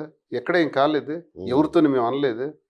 కావాలని ఫ్యాబ్రికేట్ చేశారు. అది కూడా గొడవ జరిగిన 4 రోజుల తర్వాత వెంటనే రిలీజ్ చూసారు. ఉంపుడు గత్త మేము చెప్తున్నాం, మొగుడు పిల్లలని నీకేంటి మధ్యలో నొప్పి? ఉంపుడు గత్తని పెడతావు, ఏం పెడతావు, నీకేంటి ప్రాబ్లం? నీకేంటి అంత ఇదిగా ఉంది? నువ్వు ఉంపుడు గత్తివా పవన్ కళ్యాణ్కి? అంత రెచ్చిపోతున్నావు. నువ్వు ఉంపుడు గత్తవై ఉంటావు. అంతేగాని మాకు అంత అవసరం ఏంట్లేదు. మీ ఇద్దరం వైఫ్ అండ్ హస్బెండ్ గా మేము ఉన్నాం. మరి డైవర్స్ పిటిషన్ కోర్టులో ఉంది కాబట్టి న్యాయస్థానం గౌరవించి డైవర్స్ కోర్టులో ఉండగా మీరు ఇట్లా కలిసి ఉండకూడదు కదా. అంటే ఎంతవరకు డైవర్స్ రాకపోయినా అంతవరకు మేము ఎలాగ ఉండాలా? మా లైఫ్ అలా కలిసి ఉండకూడదని కోర్టు ఆర్డర్స్ ఏం లేవు. వివాహం చేసుకోకూడదు. వివాహం చేసుకోవాలంటే డైవర్స్ అవ్వాలి. సహజీవనం అట్లా చేయొచ్చు, లీగల్. అదే కదా 497 లిఫ్ట్ చేసేస్తున్నారు. ఇప్పుడు మగవాళ్ళకి చట్టాలు కొంచెం బాగా లేవండి. ఇప్పుడు వైఫ్ హెరాస్ చేస్తున్నా ఇతను డైవర్స్ ఇద్దామన్నా ఆమె ఇవ్వకపోయినప్పుడు ఇతను జీవితం అంతా నాశనం చేసుకోవాలని లేదు. ఇంకొకరితో కలిసి ఉండొచ్చు. ఇప్పుడు ఇంకా మా ఇద్దరం మానసికంగా ఒకరికొకరు మేము అనుకున్నాం, మేము భార్యాభర్తలమే. మన ఇద్దరం పెళ్లి చేసుకున్నాం. మన మనసాక్షిగా అగ్నిసాక్షిగా మేమిద్దరం భార్యాభర్తలమే అని మేము తిరుపతి వెంకటేశ్వర స్వామి సన్నిధిలో మా ఇద్దరు ఒక నిర్ణయం తీసుకుని మేము భార్యాభర్తలుగా మాత్రమే ఉంటున్నాం. దీన్ని ఎవరు తప్పుగా వక్రీకరించాల్సిన అవసరం లేదు. మీకు అలాంటి అవసరాలు ఉన్నాయేమో మీరు చూసుకోండి. మా ఇద్దరం వైఫ్ అండ్ హస్బెండే. స్వామి సాక్షిగా మా ఇద్దరం, భగవంతుని సాక్షిగా ఇద్దరం భార్యాభర్తలమే. దాన్ని ఎవరు మాకు తప్పు పట్టడానికి లేదు. మా బంధం మేము క్లియర్ గా ఉన్నాం. ఇంక దీన్ని మీరు 100 క్వశ్చన్లు వేసి ఇచ్చేయాల్సిన అవసరం లేదు. మేమేమి ఎవరికి దువ్వాడు సినిమా ఉంపుడు గతిని కాదు, అతనికి ఇచ్చేసుకోవాల్సిన అవసరం లేదు. మేము అగ్ని సాక్షిగా స్వామి సాక్షిగా మేము భార్యాభర్తలమే. నువ్వు అన్ని పాయింట్ నువ్వు ఎవరికో ఉంపుడు గతి అయితే ఇలాంటి మాటలు మాట్లాడతావు, లేదంటే నోరు మూసుకొని ఉంటావు. అది జూనియర్ దువ్వాడ ఎప్పుడు? త్వరలో మేము బిజినెస్ కొంచెం సెటిల్ అయ్యాక. అంతేనా? వీరభోగ వసంతరాయల లాగా వస్తాడా, ఎట్లా వస్తాడు? అందుకనే 555 తో వస్తాడు. అంతేనా? అదే మీ మగధీర లవ్ స్టోరీ అని చెప్పారు, కొంచెం అది చెప్తారా మాకు ఏంటో? మగధీర లవ్ స్టోరీ అంటే మాకు ఇలాగా డిస్టర్బెన్స్ వచ్చిన తర్వాత అంటే ఎందుకు మా ఇద్దరి మధ్యనే ఇలాగా మా ఇద్దరికి మధ్య సంబంధించి ఇలా ఎందుకు రావాలి? ఏజ్ లో అతను 58 లో 34 లో మాకు ఇవన్నీ ఎందుకు? కర్మ సిద్ధాంతం అంటే మీరు కలవటానికి కూడా ఏదో ఒక లింక్ ఉంటుంది. కరెక్ట్. లింక్ లేకుండా మనం కలవం. 10 మంది నేను ఎవరితో మాట్లాడుతున్నానో వాళ్ళందరితో నాకు ఇక్కడ ఒక దగ్గర కర్మలో బట్టే జరుగుతాయి. ఇప్పుడు మా ఇద్దరు కల కూడా కర్మ సిద్ధాంతం ప్రకారం గత జన్మలో ఉన్నటువంటి ఇదే ఇక్కడికి ఆ పరంపర ఇక్కడికి వచ్చింది అన్నది మేము నమ్ముతాం. మీరు అన్నట్టు ఎంతమంది ఉంటే మాధురి దువార్స్ లైఫ్ లోకి ఎందుకు వచ్చింది? గత ఇంతమంది జన్మ ఉంటే దువార్స్ సుకృతం. నా లైఫ్ లోకి ఎందుకు అన్నప్పుడు వచ్చాడు? షాక్ లాంటిది ఏమన్నా? గత జన్మ సుకృతంగా భావిస్తున్నాం కాబట్టి మగధీర అదే స్టోరీ కాబట్టి చెప్తాం. అంతకు మించిన స్టోరీ మన. అవునా? ఏముంటది ఇంకో అంతకు మించిన అంటే? అంటే Success. అంతకు మించిన అచ్చా. సక్సెస్ ఉంది మా ప్రేమ. story లో. జానకి రాముడు అప్పట్లో సరే, ఏ నాగార్జున- సక్సెస్ కైనా అల్టిమేట్ ఇది ఏంటంటే కాజ్ ఏంటంటే ప్రేమే. ప్రేమే. ప్రేమ ఇస్ ద మెయిన్ కాజ్.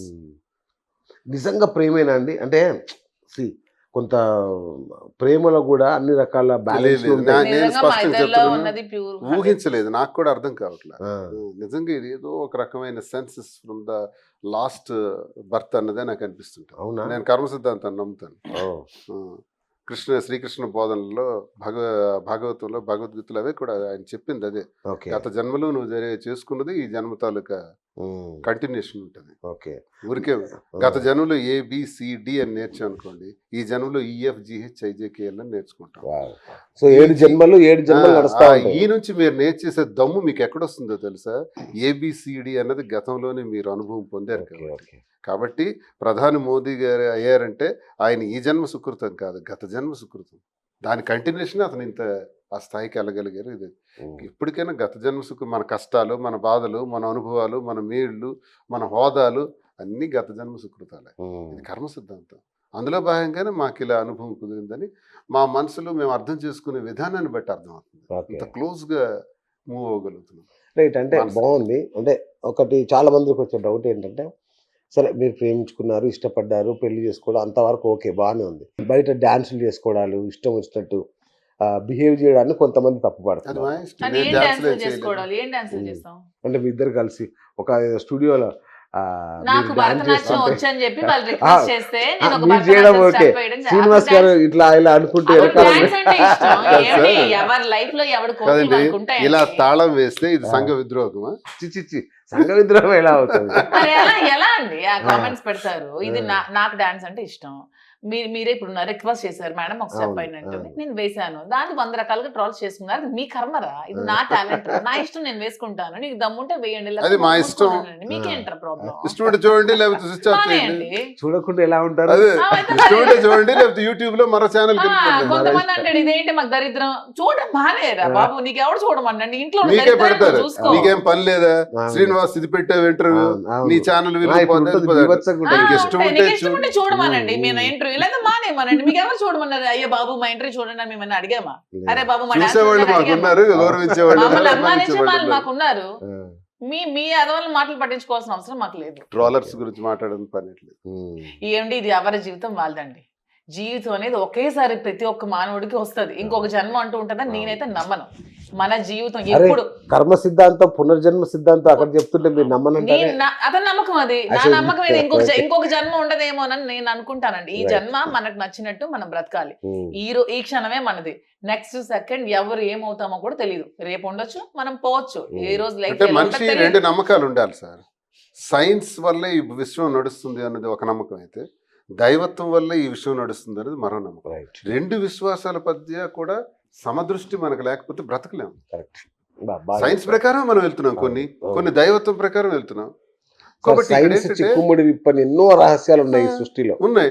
ఇప్పుడు నేను గత జన్మ సారాంశం ప్రకారం ఇది అవుతుంది అని అనుకుంటే కెమికల్ బ్యాలెన్స్ కూడా ఉంది, కెమికల్ ఇంపాక్ట్ కూడా ఉంటుంది, కెమికల్ రియాక్షన్ కూడా ఉంటుంది. మీకు నేను చూడగానే మీతో మాట్లాడాలనిపించడం అవును. Chemical reaction, correct. ఇంత మాట్లాడకూడదు అనిపించడం కెమికల్ రియాక్షన్. అది కూడా ఈ కెమికల్ ఆ రసాయనిక చర్యలే సైన్స్. రైట్. గత జన్మ సుకృతమే భైరత్వం. ఈ రెండు కళ్ళలో చూస్తాం. రైట్. Super super. సో ముగిద్దాం ఇంకా. ఎందుకంటే మీ స్టోరీ అందరికి తెలిసిందే, మళ్ళీ గతాన్ని తవ్వినా వేస్ట్, ఉపయోగం లేదు. రైట్. ఈరోజు వ్యాలంటైన్స్ డే, ప్రేమికుల దినోత్సవం కదా. సో ప్రేమికులకు మీరు ఇచ్చే సందేశం ఏంటి? ప్రేమ అన్నది ఒక దైవత్వానికి సంబంధించింది. మీ ప్రేమని స్వచ్ఛంగా మనసుల్లో ఉంచుకోండి. మీ ప్రేమని స్వచ్ఛమైన ప్రేమను వ్యక్తపరిచేందుకు, మీ భవిష్యత్తు దారుల కోసం భార్యాభర్తలు, ఇద్దరు ప్రేమికులు మీ అభిప్రాయాలు మనస్ఫూర్తిగా వ్యక్తపరుచుకోండి. ఆ వ్యక్తపరుచుకున్న అభిప్రాయాలుకే ఈరోజు మనం ఉపయోగించాలి. ఆ అభిప్రాయాల్ని సాకారం చేసుకునేందుకు, కలలను సాకారం చేసుకునేందుకు, మీ ప్రేమ ద్వారా పుట్టినటువంటి మీ పిల్లల్ని, మీ కుటుంబాలను కూడా విజయవంతంగా ముందుకు నడిపించండి. తల్లిదండ్రులను గౌరవంగా చూడండి. స్నేహితుల దగ్గర, అన్నదమ్ముల దగ్గర, అక్క చెల్లెళ్ళ దగ్గర, అందరి దగ్గర ప్రేమతత్వాన్ని పొందండి. సూపర్. ఇంతకు మించి నేను ఎక్కువ చెప్పను. మీరు చెప్పండి మేడం. ఇంకా సార్ చెప్పారు, ఇంకేం చెప్తా. అయ్యో సార్ చెప్పిందంటే మీరు చెప్పారు, చాలా అది డిమాండ్ ఉంటుంది. డిమాండ్ కాదు, వైఫ్ అండ్ హస్బెండ్ అనే వాళ్ళు అండర్స్టాండింగ్ తో ఉండాలి. ఆడపిల్లలు చాలా సెన్సిటివ్ గా ఉంటారు, మగవాళ్ళు వాళ్ళని కొంచెం గౌరవిస్తూ, వాళ్ళని కొంచెం ప్యాంపర్ చేస్తూ, వాళ్ళు ఇప్పుడు సపోజ్ మేము ఏదైనా ఒక వండాం అనుకోండి, అదేదో బాగుందని ఒక చిన్న ఇది ఒక మాట, మేము బాగా రెడీ అయితే నువ్వు బాగున్నావు ఉప్పు తక్కువ చెప్పకూడదా అండి? చెప్పచ్చు. పుష్ప 2లో అంటాడు కదా, ఇదేంట్రా ఉప్పు తక్కువ చెప్పకూడదా అని. ఉప్పు తక్కువ ఉంది అని చెప్పకుండా రేపు కొంచెం ఉప్పు ఎక్కువ వేస్తే బాగుంటుంది. బాగుంటుంది అని చెప్పొచ్చు కదా, బాగుంటుంది కదా మాకు వినడానికి. ఓ, బాగుంది, బాగుంది. రేపు ఇంకొంచెం ఇలా యాడ్ చేయి, అంటే ఈ రోజు తక్కువ ఉందని అర్థం. అంతే. అంతకు మించి ఏ ఆడపిల్ల ఏం కోరుకోదు హస్బెండ్ దగ్గర, ఆ చిన్న ప్రేమనే కోరుకుంటది. ఆ ప్రేమతో లైఫ్ లాంగ్ ఉంటే ప్రతి ఒక్కరు లైఫ్ కూడా చాలా హ్యాపీగా ఉంటదని నేనైతే అనుకుంటున్నాను. రైట్. అదే వ్యాలంటైన్స్ డే. అయితే ఇంకా ఉంది.